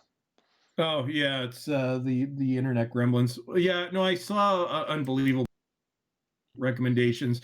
I figured it might be woke, so I didn't bother watching it. But is it watching it for the first few episodes, or is this one It just a kind of pass? is, yeah. Like every so often, it will start to get really preachy. I think it keeps going on about like apparently there's a real thing with like police officers.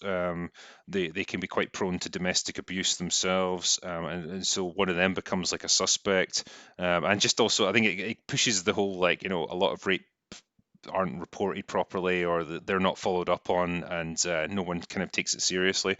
So things like that. But like the actual ins and outs of the case and how it's handled are quite interesting, and this sheer amount of work that has to go into a police investigation. Like, I think I'm quite used to shows where they stumble across some some big clue that allows them to like break the case, but in this it's mostly just grind, like real, like slow methodical grinding through records and all that stuff. And that, I imagine that's how a lot of cases are actually solved in real life. So it's kind of interesting from that point of view. But yeah, it wouldn't offend you too much, I don't think, from an agenda point of view. But you could probably do without it. It's not that great. I'm just looking at some of the other stuff here. Bo Semler, talk about Hollywood destroying / discrediting our heroes. Luke, Spock, Doctor Who, John Connor. They're removing our myths and replacing them with shells. Yeah, I mean, I think for both Bowlestrek and I, that's kind of one of the motivating factors of how we make our videos, is just franchises that take great characters that were created in a different time and just completely bastardize them and destroy them just to serve an agenda in today's modern age, when apparently people don't have the creativity or the skill to create interesting or exciting characters like they used to. So they just latch onto these old ones and use them as parasites almost. And it's Well, sad. they destroyed Spock in like 12 minutes in one of the recent short treks, which I think might be the angriest I've ever gotten in watching 12 minutes of TV. Like, they completely destroyed the character. I think Spock now might be the worst case scenario as to how you completely wreck.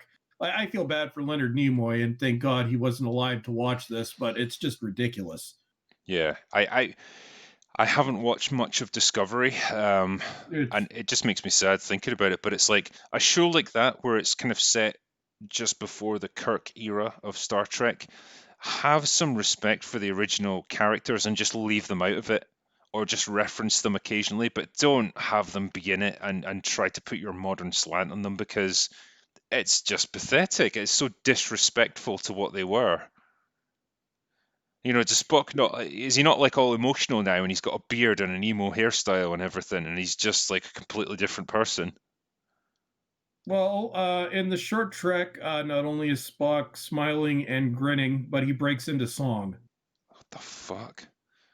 It's it, I watched it twice. I watched it originally to watch it. I watched it again when I did my video on it. I cannot bring watch that again. Like that, it killed Spock. As Discovery has slowly been killing Star Trek, but that short trek was just the final nail in the coffin, the stab to the heart. Star Trek is dead. Yeah, it doesn't sound good. Glad I've missed it, to be honest.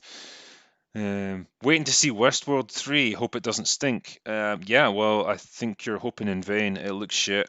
Westworld season 2 was really pushing this girl power agenda hard, and the quality of the writing had gone downhill.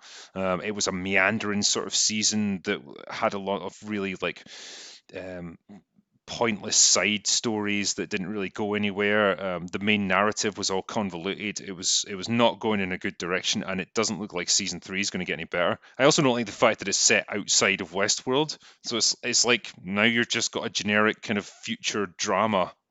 I don't know if if you've seen much of it yourself. I watched the first season. Then I picked up the 4K of the second season with the intent of just watching it all in one go. That was a year ago. Then I started hearing all these things about what happened with season two. I haven't watched it. I don't know if I want to watch it. I enjoyed season one. Maybe I'll just leave it at that. You probably could. I Yeah. don't think you're going to get an awful lot out of season 2. Yeah, it's just more of the same, but not as well done.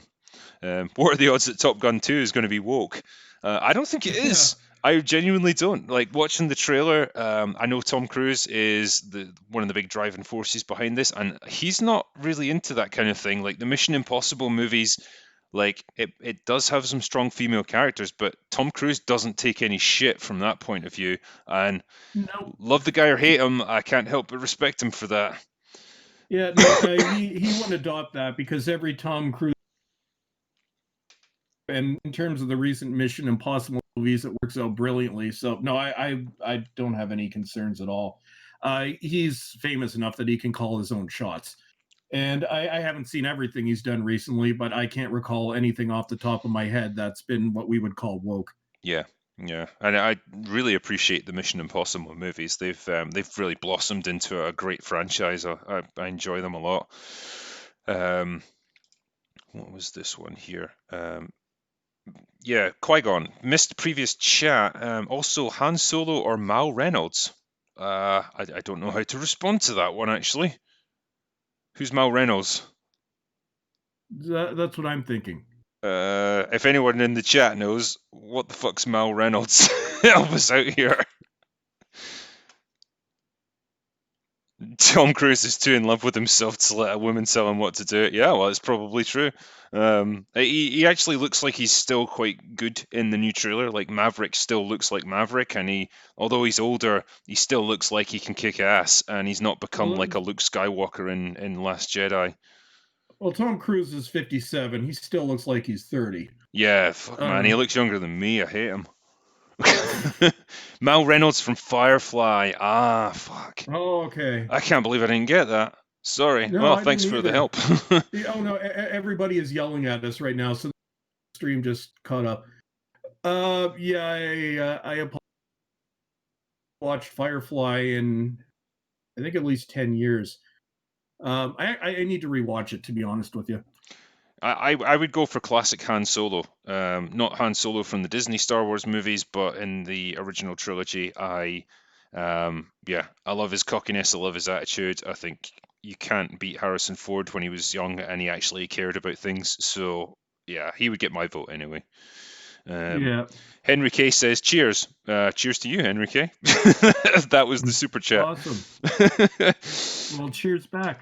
Holding out for a hero girl. It's an agenda like the BBC, where they have, for example, a black King Arthur. They want to get rid of male masculine white heroes. No Thor, no cowboys, no Captain America, etc. Yeah, I mean, I wouldn't disagree. I mean, it's fine to have diverse casting, but God, reality has to creep in at some point. If you're talking about, say, a show set in medieval England, you ain't gonna have many black characters back then. It just didn't happen. So I don't know what the point is in trying to pretend otherwise, unless it's just some crazy alternate reality. It's just silly. Why do it? Well, we could be living in an alternate reality that would explain the last 5 years. It could well be. Yeah, it does seem Either like a that, I bad just dream went sometimes. senile 5 years ago, and I'm just I don't know hallucinating everything. Well, for the first 46 minutes of this chat, you were literally just a voice in my head, and no I one else could know. hear you. So, yeah, there could be some truth in that. Um, Well, some people are asking, do I exist? No, I don't exist. I'm a robot. Bowlestrek is more of a concept than a man. I used to sound like a robot in some of my earlier videos, so yeah, there actually was the theory going on that I was just a type to text program. So yeah, I'm not actually here.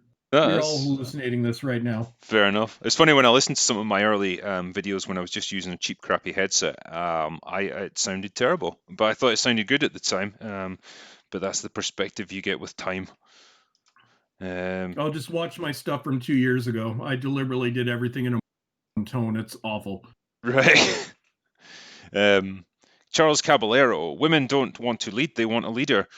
Uh, yeah, I mean, I wouldn't necessarily argue with that. You get women leaders, and those who do should, if they're capable of it. But I think, if you're wanting to pick who's more likely to put themselves forward as a leader or who's more likely to have those tendencies, it's probably going to be a man. I don't think it's unreasonable to say that. I think it's just men are more inclined that way. Not all of them by Yep. any measure, and not all women want to be followers. But on balance, that's just kind of the way it shakes out, and I don't think it's unreasonable to say that. And I think when you try to pretend that it's exactly 50-50 or whatever, you're trying to create an unreasonable ratio. You're trying to engineer something that's should be natural, you know? Yeah. And you can have strong women. Linda Hamilton, for example, we'll just pretend that that recent movie never happened.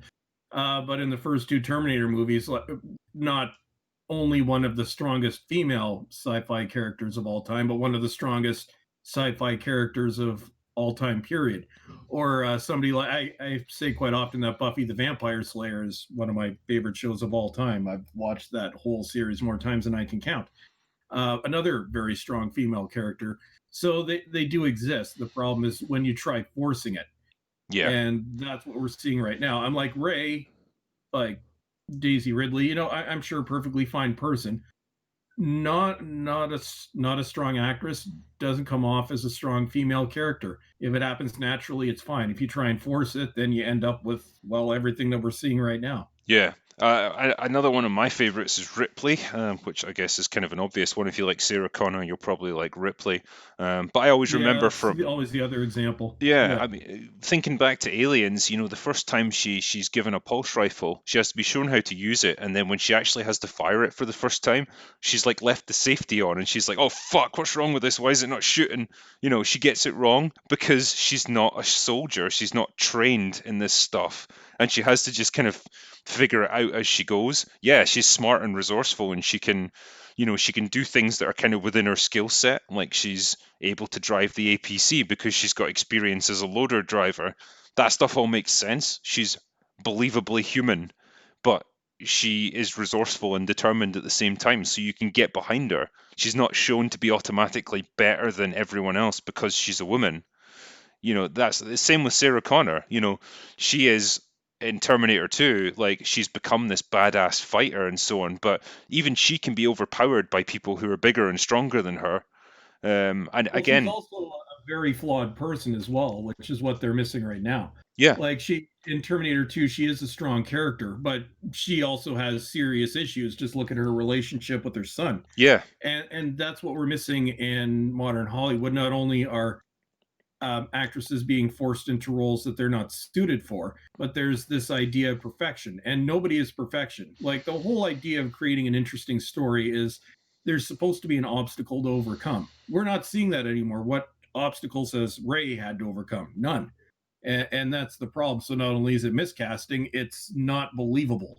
yeah, And you could throw in other characters like, say, Captain Janeway from Star Trek Discovery. Now, Kate Mulgrew is kind of nuts, but it was a strong character. It was a character you believed in. This was a character from 1995, so almost 25 years ago. So there are examples all over the place up until the recent 4 or 5 year period where there are strong women that just work naturally, but they all had obstacles to overcome. yeah. And they had personal failings. They wrestled with things. They could be emotional at times, and also, talking about the example of Sarah Connor, when she's fighting to protect John, there's an interesting sort of double motivation for her because on the one hand, she's fighting to protect the future of humanity. Like that's almost like her mission was to give birth to him and keep him safe. But also, it's her son. There's a maternal aspect to it as well. So there's an interesting double motivation to her. And I think that, again, that plays into that kind of aspect of you've got a female character who's capable of shooting guns and doing these things, but they've got that kind of caring or that maternal side to them as well. And they've got that protective side. And you get all of that in that one character. That's what makes them so interesting. Well, also, if you look at the growth of the character between the first two Terminator, it's almost like the Walter White scenario, where you have somebody that goes from being one personality type to a completely different personality type based on circumstances, which is one of the things that I've always found fascinating between both those films, where it's a believable character arc. It's somebody who, at the end of Terminator 2, is completely unrecognizable from the character that we had at the beginning of Terminator 1. Hmm. Yeah, and she didn't want to be any of these things, but it was forced upon her. That's yeah, that's she's forced to grow into that role because of circumstances, like you say, and I think that's again what makes her likable is she's a reluctant hero. She's a reluctant badass almost. She wouldn't wanted to be that when she started out in Terminator 1, but she had to be. And everybody says this lad couldn't be more Canadian if he tried. Yeah, I don't even try to hide my Canadian accent. Calling me, well, whenever I criticize Doctor Who, they keep calling me an American in a derogatory way. I'm like, well, no, I'm Canadian, but I don't have any issues with Americans. But I definitely, I didn't even notice it until I started doing YouTube that I have those, and I start playing back my videos when I'm editing them. I'm like, oh my god, I do say a boat is a boot. A boot, yeah. That's always the giveaway with Canadians. The thing is, like, coming from Scotland, like, it's really hard for us to differentiate Canadian from American in terms of accents, like, unless it's like from some backwoods part of Canada where it's like a super strong accent. Um, but yeah, you start to pick up little things like that after a while. I guess Americans notice it more. Yeah, well, it depends on where you go, but most of Canada, you've got the accent. Parts of Atlantic Canada are basically Irish. But yeah, I have to admit, I think Scottish is probably my favorite English accent. Really? You it, rock, dude. thank you. It depends what part of Scotland you're talking about. Like the accents get progressively more mental the further north you go, until people start talking like this, and then even I struggle to see what the hell they're talking about. But yeah, it's interesting. I had to soften my accent a lot when I was younger because I used to work in a call center, and so I would get phone calls from Oh, people so all did over the I. yeah, and when you get that, when you got people phoning you from all over the country, if you've got a right strong Fife accent, then it becomes kind of difficult to understand, Ken. And people would be like, what the fuck are you saying to me right now?" So I had to soften it a bit and get more of an Edinburgh accent. So that's kind of what I ended up with. And people are mentioning as well, how come I'm not so drunk tonight? I had to tone it down a little bit when I do a live stream because I have to like think on the fly. And if I'd And been things explode and don't work, and yeah. yeah, if I was properly drunk, Bowlestrek would still just be a voice in my head, and you still wouldn't hear him. So be thankful for that at least. Um, Yeah, I'm just having Coca-Cola. ah, you're Original taste. I've got a bottle of Auchentoshan here, Auchentoshan whiskey, and you know you've got a good Scotch whiskey when it sounds like a sneeze. Auchentoshan. Yeah, But no, I don't drink, so I'm really, so Coca-Cola is my fun time. well, living it up. Yeah, well, you're liberal. Thank you for it. I think. This is an interesting question, actually. Which do you think has been more totally ruined, Star Trek or Star Wars? This is from Eric DB6. Star Wars. Yeah, There's no coming back from Star Wars. The difference with Star Trek is yes, Discovery is a mess, and the JJ movies were a mess. But discounting the JJ verse movies, um, we're looking at a 12-year gap between the end of Enterprise and Star Trek Discovery. And Star Trek Discovery is so far removed from everything that came before. Um, and when we look at what came before it, we have 10 movies, we have 5 TV series, 6 if you want to count the animated series, although I kind of consider it the 4th season of the original series. But you've got this vast history to grow off of. So I think Star Trek, because it is so rich and in depth in the period prior to this, I think hopefully, although God help us, that this era might be able to be written off, and then we go back and say pick up something, in the years immediately following Voyager. I'm dreading what they're going to do with Picard, but that's a whole other story. But whereas Star Wars, if we look at Star Wars, so right now we have we don't quite know how bad Episode 9 is going to be, but we can guess. With Star Wars, you've got 8 movies and 2 side movies. When you look at Star Wars, now there is the expanded universe, which, to be honest, I've never really gotten into. There's the Clone Wars, which is a decent Star Wars. But when we look at the main movies, now some people might get mad at me, but there are only 5 of them that I would actually even call good, which would obviously be the original, Episode 3, which some people will debate me on, and Rogue One, which some people will debate me on. But then you have Episode 1 and 2. You have everything under Kathleen Kennedy minus Rogue One, which seems to be almost a fluke. But so there wasn't as much to build on in the first place. But here's the big difference between the two. Most people don't even know that Star Trek Discovery exists. It's on an obscure streaming service that nobody subscribes to. So the destruction of Star Trek. Well, I guess. Well, we have it on regular cable in Canada, and I know you guys would have it on Netflix. But Star Trek Discovery has never been a thing. Most people don't know it exists. Some people might have watched maybe 1 or 2 episodes and given up. The news coverage on it compared to others hasn't been that great. So Star Trek, I think if you ask the average person, they're still going to think back to Star Trek: The Next Generation. They're still going to think back to the original series, Deep Space Nine, which in my opinion was probably the best Star Trek series.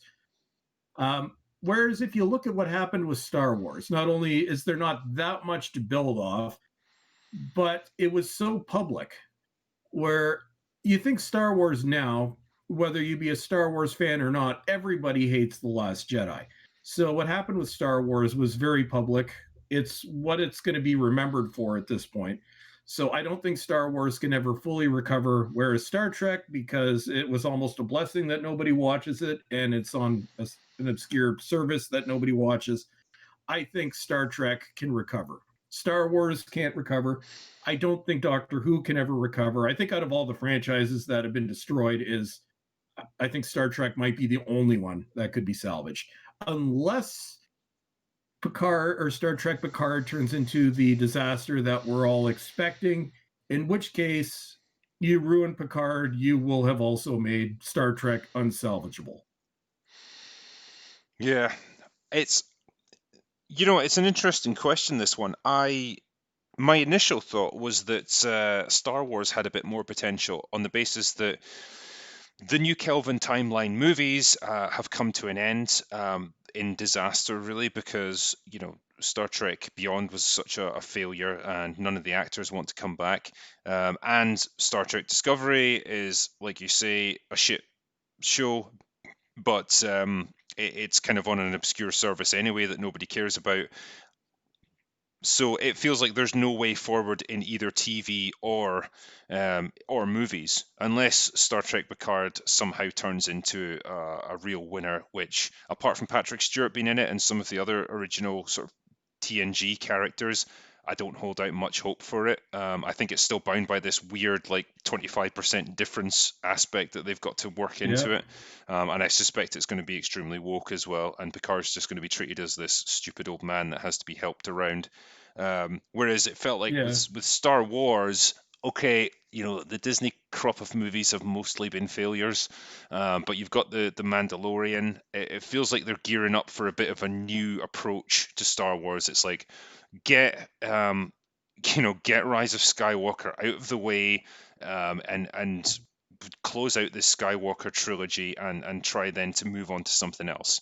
It felt like they've taken on board some of the criticism, but they realized they were committed to this trilogy. At least they have to get that done and then move beyond it. Whether they can do it successfully, I have no idea. But honestly, like the way you were talking there, it kind of turned me the other direction, and it's like, yeah, Star Trek has got a much more storied history, and it's got a deeper. It's more entrenched, really, in successful TV shows and movies than Star Wars. So it's maybe got a better foundation, so it can take a few failures. I don't know. Ultimately, both of them seem pretty fucked at this point. Yeah, well, I don't think we're going to see a change to this until the entire entertainment industry implodes, which, if it keeps going this way, it will. Then we can start having good content again. But people are so soured to every one of these franchises now, and they've all attacked their primary fan base, their target audience, the people that they should be catering to try and find these audiences that don't exist. that I don't think there's really any coming back. Doctor Who will never come back. What I keep saying is they could cast another Tom Baker. There is so much anger directed at that show that people have walked away and they're not coming back. And do you think that is the general mood amongst the sort of average fan base of Doctor Who? You know, it's not just like some people are pissed off, but everyone, you know, the majority still love it. Is it just like, yeah, we all, most of us hate the direction it's gone? Well, I've been a member of Doctor Who internet fandom going back to literally 1995 when I first got the internet. So I've been following on various forums. I will not Um, but a whole segment of the audience has just disappeared. They want nothing to do with Doctor Who. And a lot of them actually did take it personally. Because keep in mind, Doctor Who was a show that it was on hiatus for 16 years. It was the people that grew up with the original show that kept it alive through buying Big Finish audios, buying the books, clamoring for it to come back. Were the reason why the show was successful in coming back because it needed that initial drive from the built-in fan base during Eccleston's first run to get off the ground, and then became a phenomenon during the David Tennant years. And the current regime actually they have directly attacked this fan base. We've been told literally that we don't matter. Jodie Whittaker, one of her quotes was saying the entirety of Doctor Who classic Doctor Who did nothing but celebrate the straight white male gaze. So it's things like that where it's, you know, people will come on and say the show doesn't owe you anything. Well, it kind of does because it wouldn't exist without those of us that supported it from the classic series. And we're the ones that have walked away. Whereas, you know, there are still some people that watch the show, and you know, I'm fine with that for the ones that don't attack the fans. But they've handed it over to this entirely new group, none of which I really call Doctor Who fans. And for the rest of us, they've said you don't matter. So I don't think some might come back, but from what I've been reading, basically in my video comments, Twitter, the odd time I visit this forum, which I won't mention before comments get deleted and users get blocked, is they've walked away from it. They want nothing to do with the show again. It doesn't matter what they do in the future. And the BBC also is probably the wokest entity right now on the face of the earth. Yeah, I'm tell me like, about it. with them, it's well, yeah, I guess in Scotland you would know, um, but there's something hateful about the way the BBC is going about this, and you can see this in almost everything. I used to love British TV. I can't stand watching it anymore. But the BBC genuinely seems to hate that certain demographic. Whereas with other ones, CBS, well, they hired an idiot to run the show and he's running it into the ground. Disney, well, they're going to have to rethink things or they're done. But BBC is special. There is just hatred. That's the only word I can use to describe it. And it came in quickly over the course of probably 3 or 4 years. Yeah, I think, you know, it's one thing to push these kind of politics and stuff into your shows, but at least engage with people who criticize it and say, well, look, you know, we're trying to modernize it, or we're trying to get people thinking about different issues and stuff. And you might not love it, but like it's something that we feel, you know, is important or something like that. But to just dismiss people outright and say, nah, like we don't care what you think, you're not important. Like you say, the comment from Jodie Whittaker, like, yeah, the whole of Doctor Who is just about celebrating the male gaze. Like, what? Like, when was it ever about like having, you know, sexy women on screen? Like, it was a pretty low budget British sci-fi show.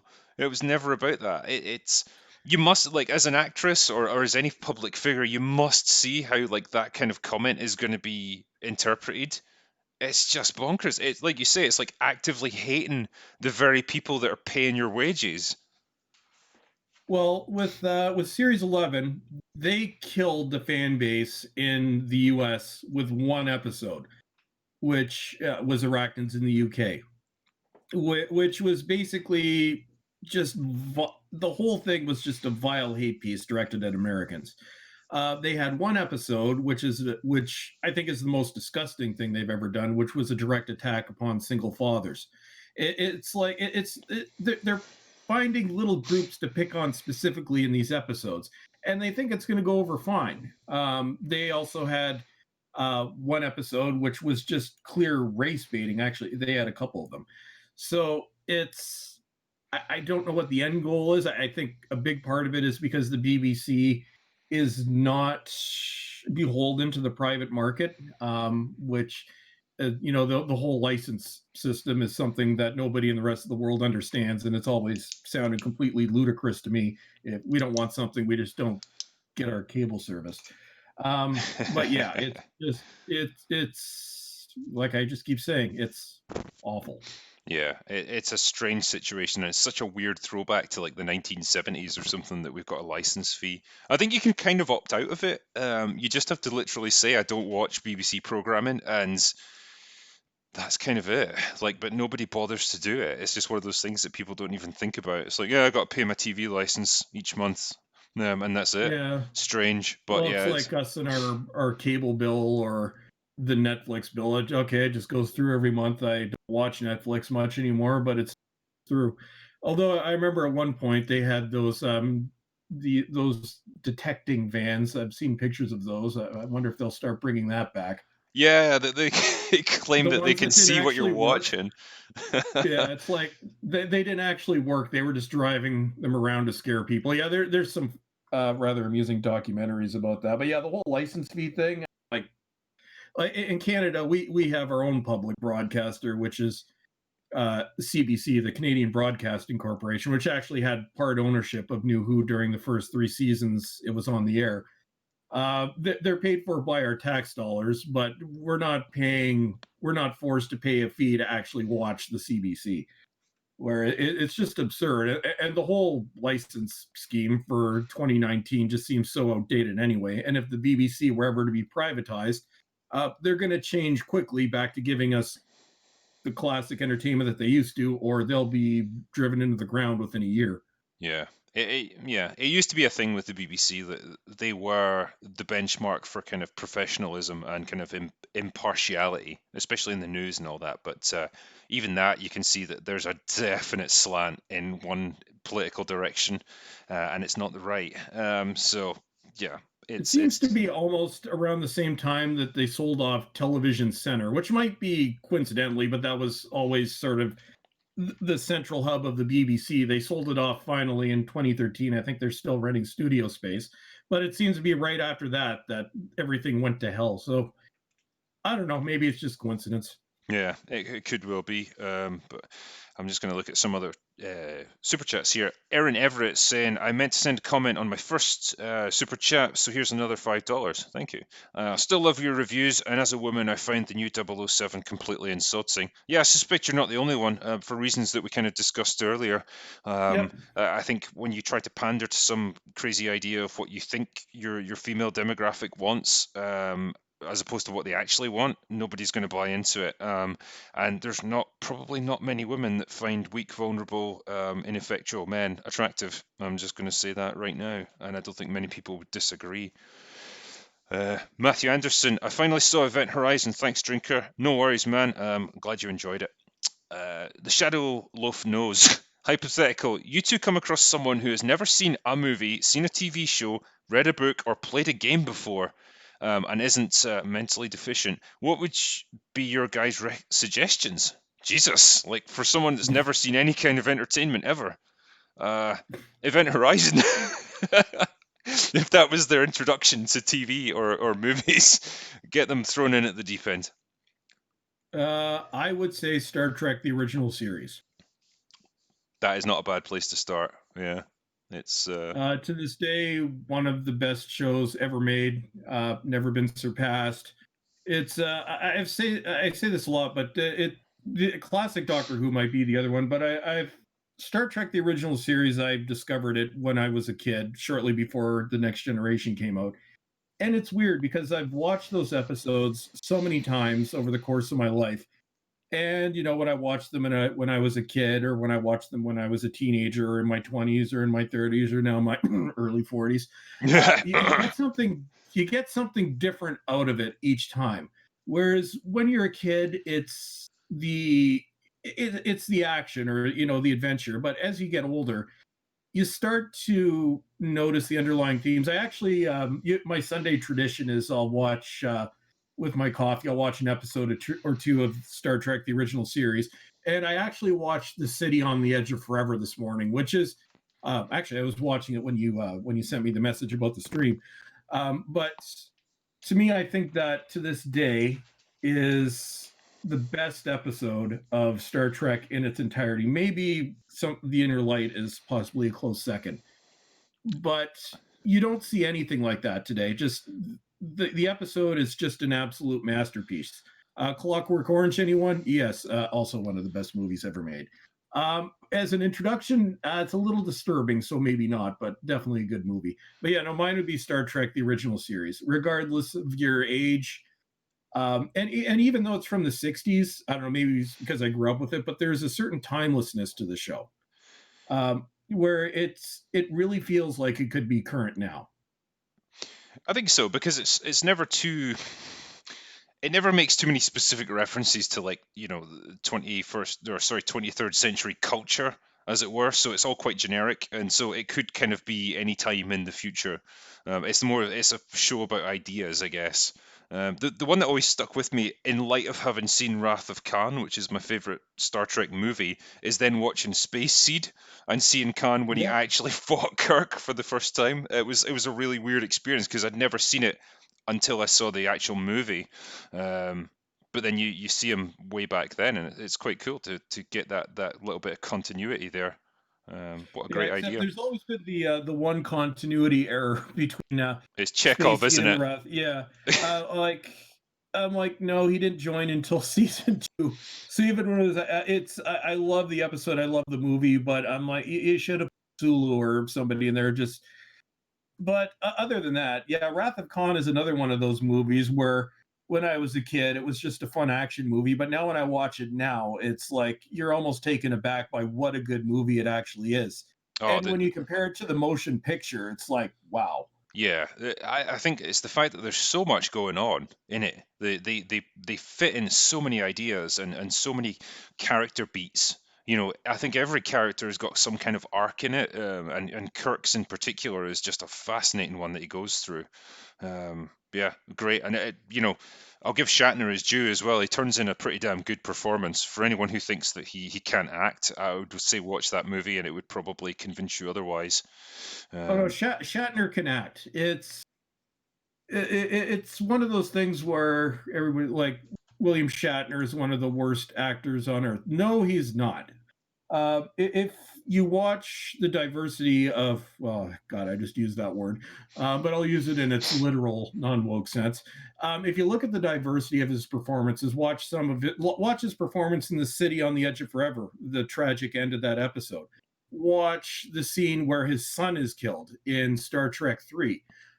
Also, I don't know if everybody remembers, very few people will probably remember Rescue 911, but it was kind of like the 911 version of Unsolved Mysteries, which aired, I think, late, maybe 89 through 92, something like that on NBC, where it was hosted by William Shatner. And the whole show was reenactments of 911 calls. And actually, some of the stuff they showed on this show was actually horrific. But William Shatner did the narrating. And on this show, he actually comes off as the voice of Doom.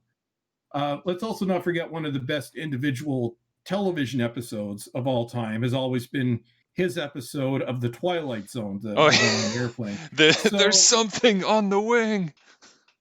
like, he's not a bad actor. When people think they're thinking of somebody like Denny Crane, or Denny Crane from Boston Legal, where that is kind of I think he was actually playing up how he's often characterized as. But I will defend William Shatner against being a bad actor any opportunity that comes up.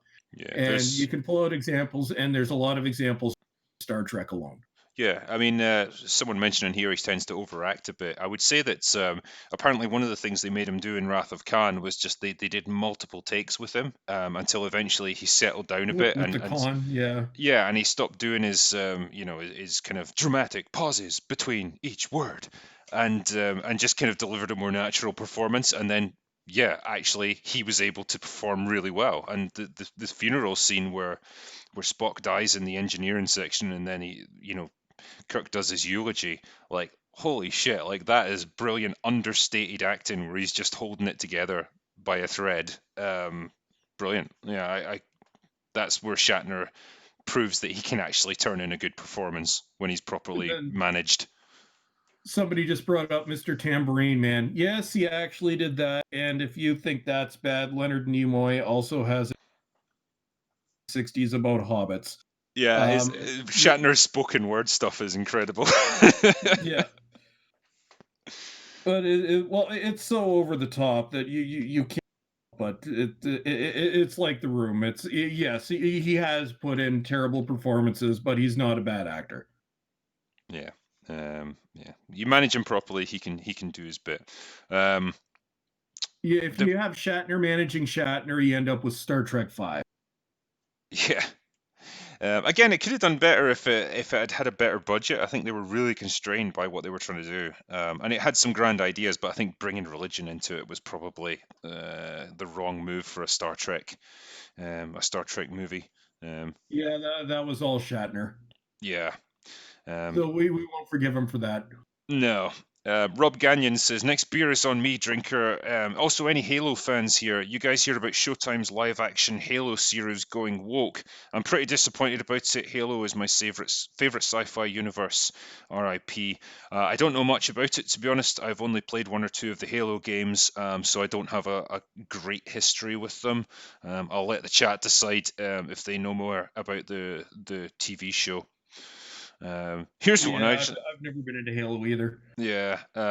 Anything you two disagree on? I can't think of anything off the top of my head. Like I've never watched a Bowlestrek video and thought, nah, he's miles off on this one. I don't know if Well, if you've ever no, disagreed with one of mine. no, it's more or less like we come at it. We have different. Both of us actually do it with comedy, but I think some will put it under the lump name of the fandom menace. I just call it rational thought myself. Um, but I think what we do is we come at things critically and with common sense, where we will point out what the problems with this current agenda is. And I know there are people that disagree with me on some things. I get mischaracterized a lot, which I'm pretty sure you do too. But it's what we're doing this because I've been running a YouTube channel for 12 years now, but I've only been covering this type of material for the past 2 years. And it's mainly because we're disgusted with what is going on with modern Hollywood, with television, and we do it with humor. I think the one difference is in some of my videos, I get a little more towards the political side, which that I've actually been trying to diminish lately. I've even deleted some earlier videos because I'm just trying to keep it more to the subject matter itself. But no, I think whether it be us, whether it be Doomcock, whether it be Nerdrotic, whether it be Jeremy from Geeks and Gamers, we're all doing this because we're absolutely disgusted with seeing what has happened to these shows, these things that we grew up with. So that's where I am. I point out holes, but I try to do it with a lot of comedy, and occasionally I'll have a talking goat if something is completely over the top. Yeah. I think I'm much the same. I'm fine with people if if you want to create a show that's very politically infused or whatever and pushes, whatever agenda you've got, great, but create something new. Don't take something that's already been done and has got a very loyal fan base and so on, and then bend it to your political will, because then you're just going to piss people off because you're taking something that they like and changing it into something else. And that's yeah, like Bolstrek says, that's kind of where we come at it from. Is like you're just taking stuff that's good and kind of ruining it, and we don't much appreciate that. And uh, from my point of view, I'll just try and point out the actual flaws in the actual way these things are put together. You know, if it's a movie, for example, I'll point out plot holes, I'll point out bad acting, I'll point out things that just don't make sense, and it's just how it ruins it. And also try and bring up examples of how it was done better previously and how it worked previously because it didn't have an agenda, and it gives people something to think about. Ultimately, that's my objective, really, is to encourage people to be a bit more critical in how they analyze things. And yeah, and try and do it with a bit of humor. You'll know if it's something that's super woke. I'll usually go into sarcastic mode and praise it, but like in a really backhanded way, because I think sometimes that's the only way to approach it. Is just completely take the piss out of it, and just try not to take it too seriously. Because Jesus Christ, there's more to life than this. But Oh hopefully, we yeah, can well all have a that's laugh on the way. well we get that a lot. It's wow, you're so serious. There are more things in the world. I'm like, we do realize what we're doing. We're criticizing entertainment. And look at my reviews of, say, well, my recent woke Batman series. I'm pissed off, but I don't take myself that seriously. And that's why I occasionally bring out the goat or the mocking voice I use when I'm going over articles. It's like The, it, that, it's we're angry, but it's also you can't help but laugh at it. But and I think I could probably speak for most of us that do this. Our lives do not revolve around this. We don't spend every waking hour staring at the computer being angry because people wrecked our shows. But we do it because I think I do it because I enjoy doing it, and I guess the joy fuels the anger. But I've gotten to a point where you can't help but laugh at it at this point. Like it's what we do now. I think at one point it was critical analysis, but I think it's now bordering on comedy because the whole situation with everything has become so absurd that if you were to tell me 5 years ago that this would happen to every single franchise, I would have said you were on crack or whatever was in at the time. But yeah, but no, it's, within the fandom menace, maybe there's occasionally, people that I will disagree with. But it's not a big deal. Like I think that everybody has a right to their own view, but it's when that view turns into personal attacks. Like I have a hard and fast rule where I do not attack YouTubers. Well, I'll go after corporate channels and public personalities, but I won't attack individual YouTube channels, which is why when I did that response video, I was very careful to. I did not mention the YouTuber's name, didn't like the video, but yeah, that's where I'm at. It's I guess it's sometimes a question of respect, but no, I love what I'm doing, and I know you do too. And well, critical drinker, I'm like your channel has absolutely exploded since I discovered you maybe 6 years ago. I think well, right now you're what 219,000 subs, which is incredible. And I think me and everybody here definitely congratulate you on that. But you've definitely struck a chord just with the way you present your videos, where even though we're friends offline, but um, you're actually one of my favorite channels because you have a unique type of comedy that a lot of us could only dream of having, and it's showing in the success that you've had with your channel. Thank you. No, but I very much appreciate that. Gosh, I'm all embarrassed now. I don't know what to say to that. But no, I mean, That's what I do. it's it's like anything. Like sometimes you're lucky enough to hit upon something that works, and when you find that thing, you're able to do it. And I guess that's what I've been able to do with my channel. And I think the best way to get across the points that you're making is to do it in an entertaining way. I think it's what keeps people engaged because when you get down to the nuts and bolts of how a movie's put together or a story or characters, it can sometimes be kind of dry and kind of dull. But if you can liven it up in an entertaining way, you keep people interested. So that's what I try to do with my videos. So it seems to be working, fortunately, and obviously you're having quite a bit of success with the way you're approaching things like Batwoman and stuff, and just having a bit of a laugh with it. So it's great. It's fun to do. It's yeah, no, thanks, man. And yeah, it's just you have to enjoy what you're doing, and I think that's what the other side is missing. Where if you look at the other side of the argument, there's no humor because they have no conception of humor. Whereas our side, we don't take ourselves that seriously, and unlike the other side, we also include everyone. which kind of negates their entire argument as well. But yeah, it's just, we're just here having a good time. Yeah, there's no purity test to join our side, fortunately, because of my blood alcohol levels. Wouldn't be allowed. But yeah, It's okay. My sugar levels are through the roof. I've got my Coke problem. yeah. Actual Coke, Is people, it not is the it other Coke. is it the drink or something else? Yeah, it's the drink. Uh, Original taste. Although I like New Coke. Probably yeah. the only person that did. I must admit, I can't be arsed with Coke Zero or anything like that. It's like, look, if I have a Coke, it's because I want a sugar hit. I don't care for this other sweetened stuff. Russ Serving was saying, Disturbia 2007. Is that Shia LaBeouf by any chance? Oh my god.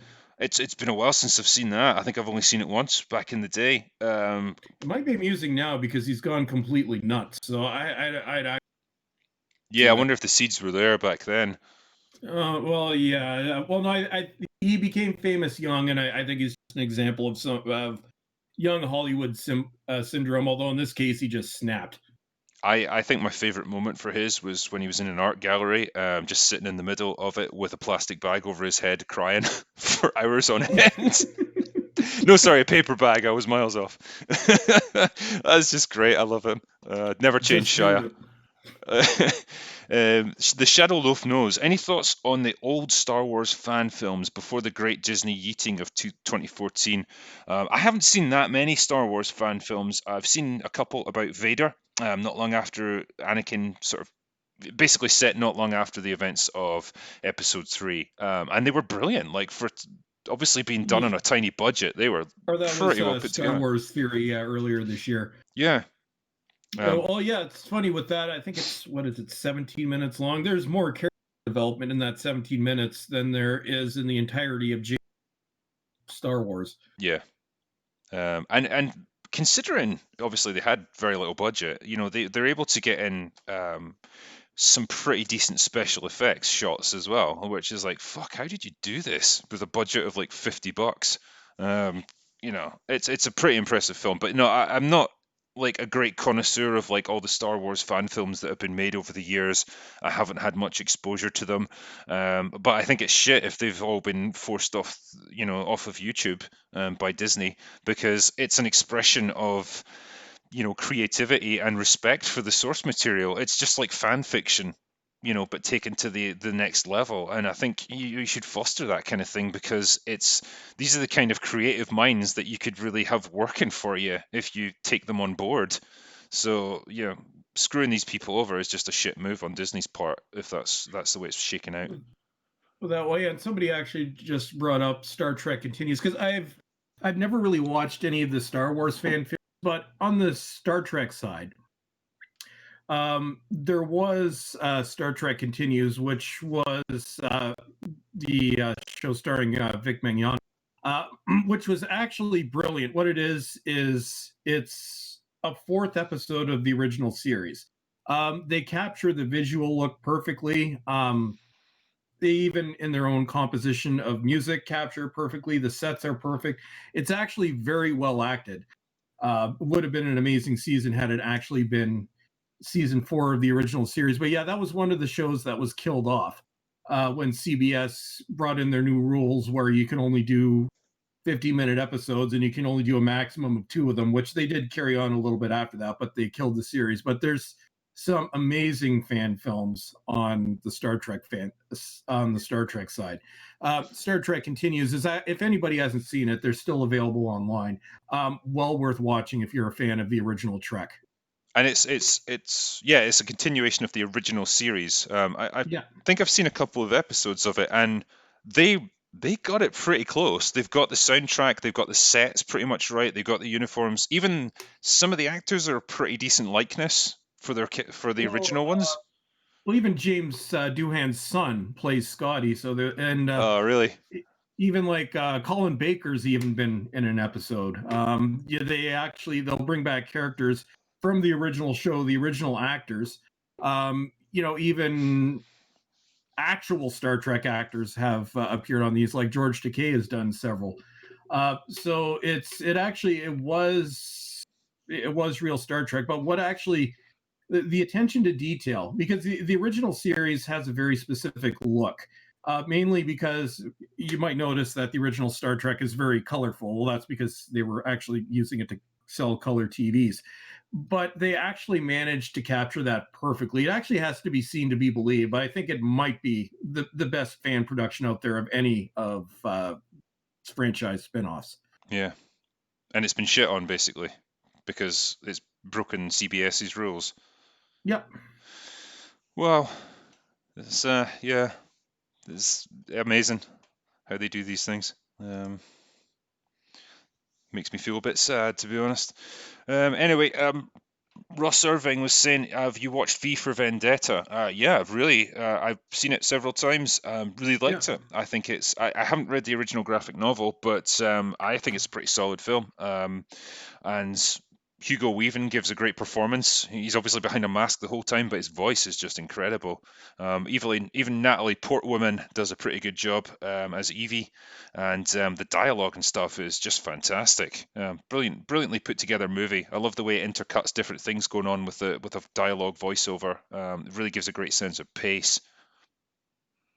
Yeah, oh, TARDIS Zone just dropped in to say hi. Hey, Noel. Yeah, you just made it. Yeah, well, we're approaching the end, but we'll talk soon. Oh, yeah, and I had to give a shout out to, he was in here earlier, but my friend Electrified Porcupine. If you like action, he's been my best friend since grade 7. If you like action figures and toy reviews, check out Electrified Porcupine. Told him I'd Nice. start shilling him in videos. Cool. Nice one. Yeah, I'll try and rattle through the remaining super chats and we'll finish up. So I apologize, sir, that this has taken a bit longer. Obviously, we had a bit of a delay getting started. Carlos Juarez, you two gave me this, so I give to you donation on super chat. Thank you very much, sir. I appreciate it. Have you thought of reviewing the new Clint Eastwood's flick Richard Jewell starring Stingray of Cobra Kai legend? No, I didn't even know that was a thing. I fucking love Stingray and Cobra Kai. Like he's become my new Hawk. But yeah, I didn't know he had a new one out, so I'll keep that in mind. Cholaway, his Dark Materials, yes, no. I'm going to give it a go. I haven't seen it yet, so I can't make a ruling on it, but the trailers made it look quite good, so I'll reserve judgment. I don't know if you've seen them at all, Bowlestrek. No, no. Okay. On my list, Cobra Kai. Actually, I keep meaning to watch it, but I'm mad at YouTube, so I refuse to give them a subscription. So just for that reason, I haven't seen it. I will see it though. It is a good show, especially Yeah. season 1. Season 2 maybe focuses a bit too much on the younger characters, and there's a little bit of wokeness creeping in, but overall it's a good show and it's funny as fuck, so I recommend it on that basis. Antisocial Panda, have you seen the Foo Fighters Walk music video? It's based off Falling Down. I didn't know that, actually. Is it? Yeah, I've seen the video, but it's been a while. Yeah. Oh well, No, I've seen it too. I'll I'll add take that to your my list for tonight to rewatch. yeah. Cortex, Drinker, that VHS copy of Event Horizon definitely exists, but will never be released by the studio. A lot of the deleted scenes are out there. Yeah, I've seen some of the deleted scenes. They're very poor quality, and some of them are, unfinished in terms of special effects. But God, what could have been? It would have been interesting to see that 130-minute cut, just for all the gore and stuff. But who knows? Maybe one day they'll release it, even if it's just a work print. The Shadow of Loaf Nose. To add on to my previous first chat, this hypothetical rock dweller has also never. Oh, right, okay, yeah. Never heard of music. Any suggestions? Yeah, I recommend Drink by Ailstorm. They're my favorite band at the moment. They do pirate metal, and they're just fucking incredible. There's also one called Fucked with an Anchor, which if you've ever got someone that you totally hate, just send that to Yeah. them. It's great. Okay, I'm Yeah, gonna have to check that out. pirate metal is the way forward, man. R4, Hollywood should back politically neutral movies. Yeah, I'd be fine if they just focused on storytelling. I That's all think, we're asking for. yeah. Um, you can address political themes, but ultimately your story and your characters should come first, as far as I'm concerned. And if you sacrifice them for anything, then you're undermining your own movie. So, What they need to do is watch Star Trek: The Original Series. That's where you included political themes properly. often done in metaphor, and often it's left to the audience to decide what they think or what should be right. So that's how you include politics, Yeah. not with what we're doing right now, where you take one side of the argument and then keep banging people over the head with it. And it doesn't really matter what the argument is, whether it's from the right or from the left. Uh, Storytelling, movies, TV shows should be apolitical. It can raise questions, but when you adopt one side over the other, invariably you're going to end up alienating a large portion, if not more than half of your audience.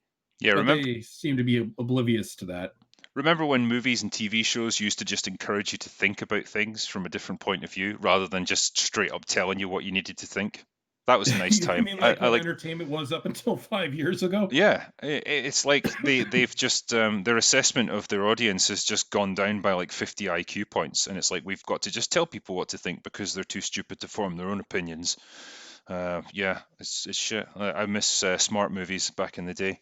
Um, Drinker, you well informed but somewhat inebriated individual. Do you think Joker will have Oscar buzz/wins, or will it be snubbed from the Hollywood crazies? Also, you missed my last super chat. Well, we picked that up because that was the Walk music video from Foo Fighters, so you're okay. Um, do I think it'll get Oscar buzz? I think at this point, yes, because it's become so big that I don't think they can ignore it anymore. So, yeah, I think it's got a chance. I don't think it'll win, but I think it'll get nominated.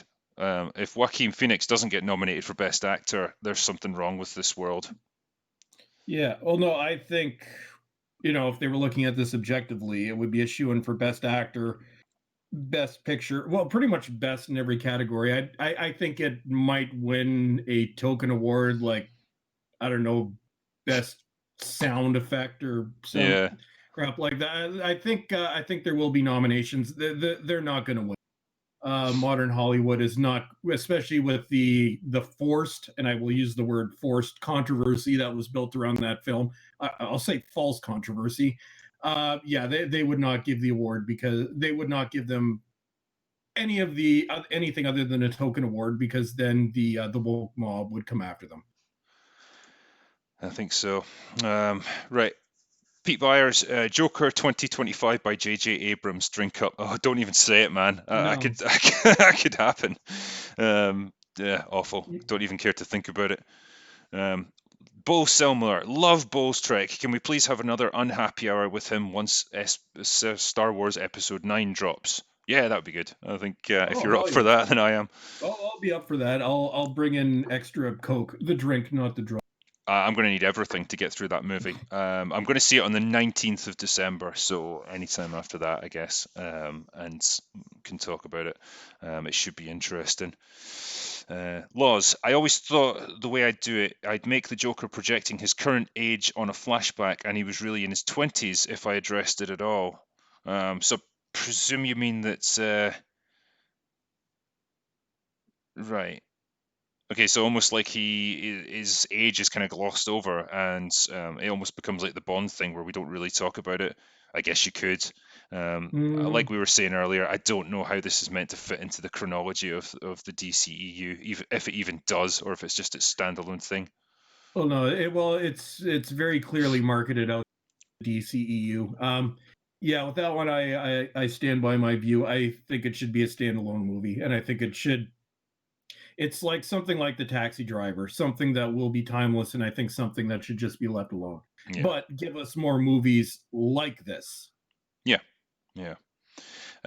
I'd love to see Batman done in a style like this, actually, where it's more grounded and dark and gritty and Yeah. violent and all the rest of it. That'd be the way to go. Travis Martin, drinker. I had a friend unironically tell me yesterday that my opinions on The Last Jedi weren't my own just because I watch video essayists like you and Mauler.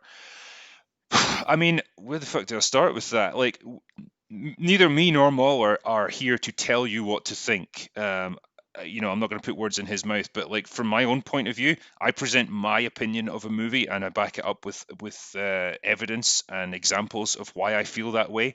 And then it's very much up to you to feel your own way about it and form your own opinions. And I think Yeah. just because you watch certain YouTubers and then you ultimately end up agreeing with their perspective on a movie, it doesn't mean that you're just repeating verbatim what they've said.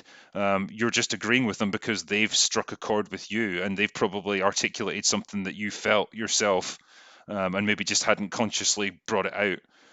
So you can tell your friend that they're an idiot. The drinker says so. Yeah. And the Trigger Train acknowledges that. Arthur Askey, have you seen Killer Elite? It's one of my favorite action thrillers. That is a good question. I don't think I have seen that one. Have you? No. Shit. Sorry, man. I've heard of it, but no. It's on the list then. Cortex. Artists use lies to tell the truth, while politicians use them to cover the truth up. Yeah, very appropriate quote actually. Yep. Yep, fair enough. We will go with that one. Patrick Reed. It's a crying shame what's happened to Star Wars. Yeah, neither of us is going to disagree with that one. Nope. It is. It's shit. Any word on the Dishonored Wolf from Dr. Zowden? Yes, I can tell you that he's got a new YouTube channel. It's called On Writing and Rage. He's only got a couple of videos on it so far, but I imagine he's just going to build it up gradually. And I think he's already got about 10,000 subs, so he's building up pretty quickly. Yeah. Um, I didn't even know he was back. Okay, I'm gonna have to check that out. yeah, I mean, I only knew because I hooked up with him on Twitter, I think, and then I realized that yeah, it's him again, and he's got a YouTube channel back. I think he went through some difficulties, and he probably felt it was best to just like scrub his channel and start afresh, and I don't blame him in the slightest. So No. best of luck to him, and I'm looking forward to seeing more stuff from him. Thingamabob, have you seen The Expanse on Amazon Prime? No, I've been asked about this a few times. It's definitely on my list of things to watch. I just need to find the time to watch it. I've heard it's really good though, and it's a lot of lore behind it. It's deep.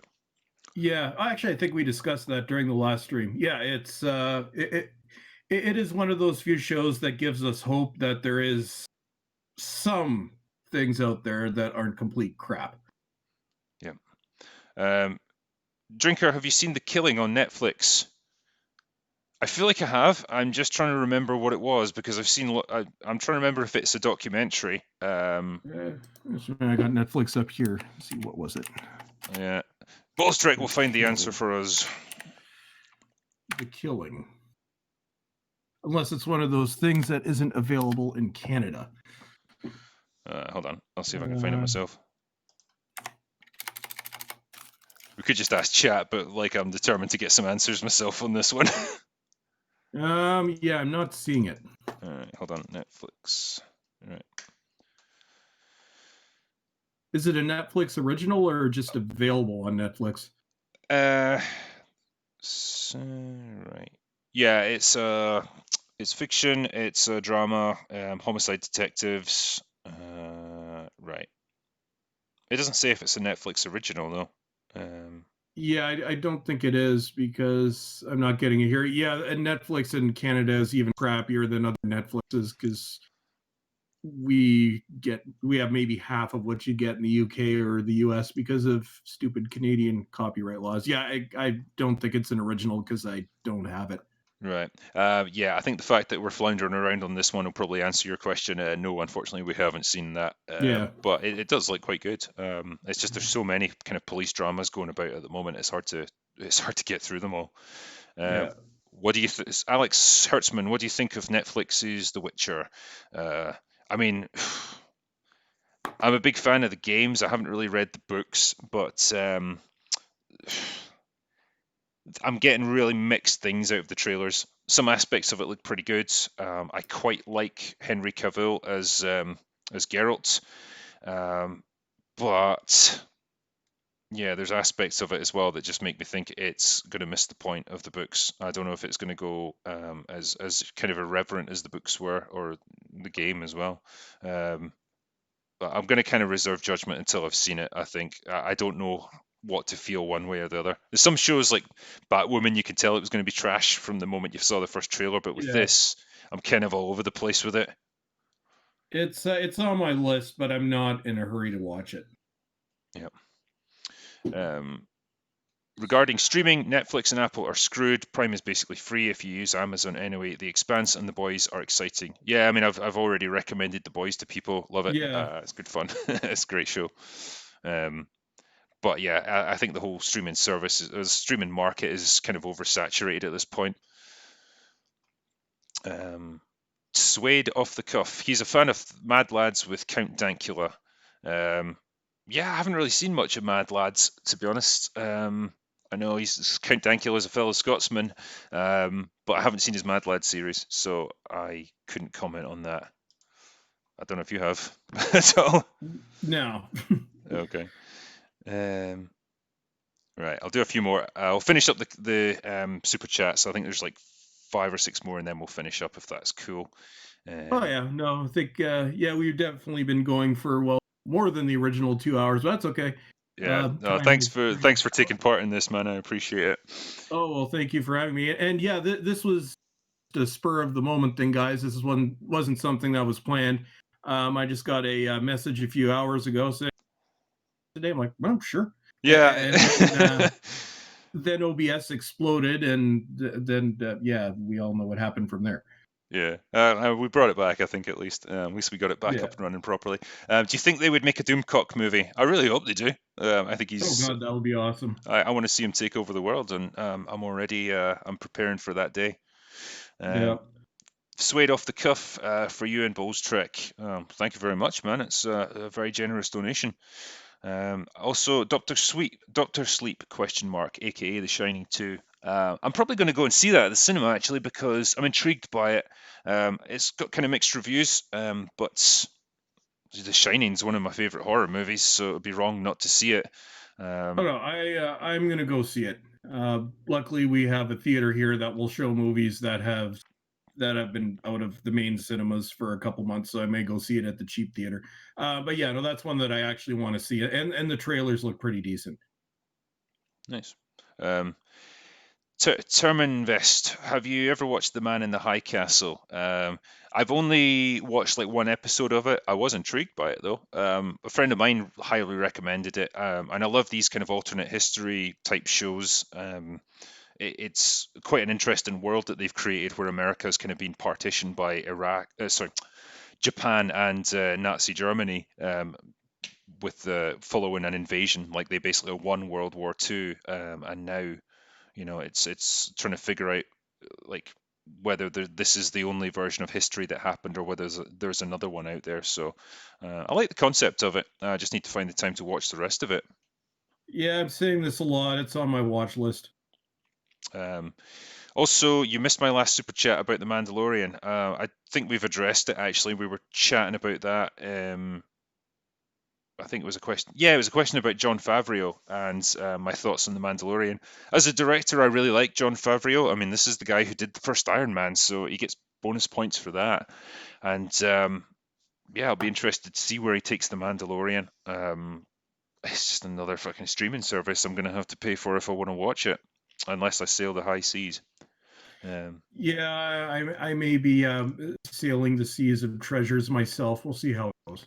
But yeah, he's a good director and he's definitely got the skill. So we'll see.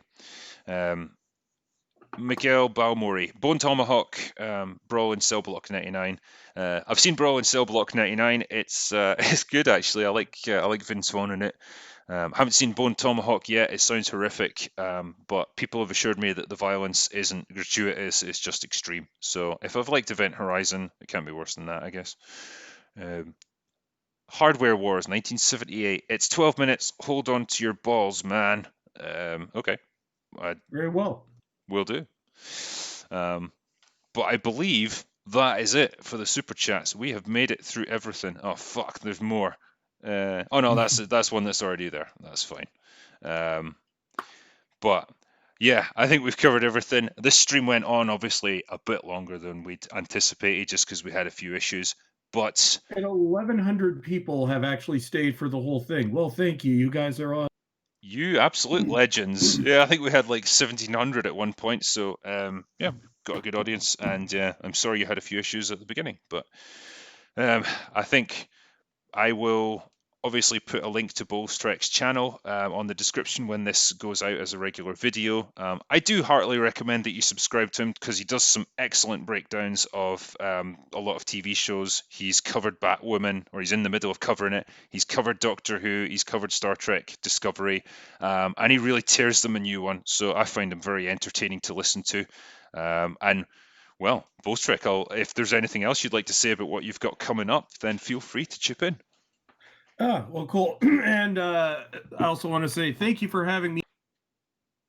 Well, the second time. So 2 out of the 3 unhappy hour streams have featured me, and I'm old and grumpy, so I guess that makes sense. Yeah. So what I've got coming up, more or less, more of the same. I'm going to continue doing my woke Batman reviews because honestly, I've never had so much fun making videos. We've got a couple train wrecks coming up within the next few months. We've got Star Wars upcoming, and then in the new year we have the disaster, which is Doctor Who.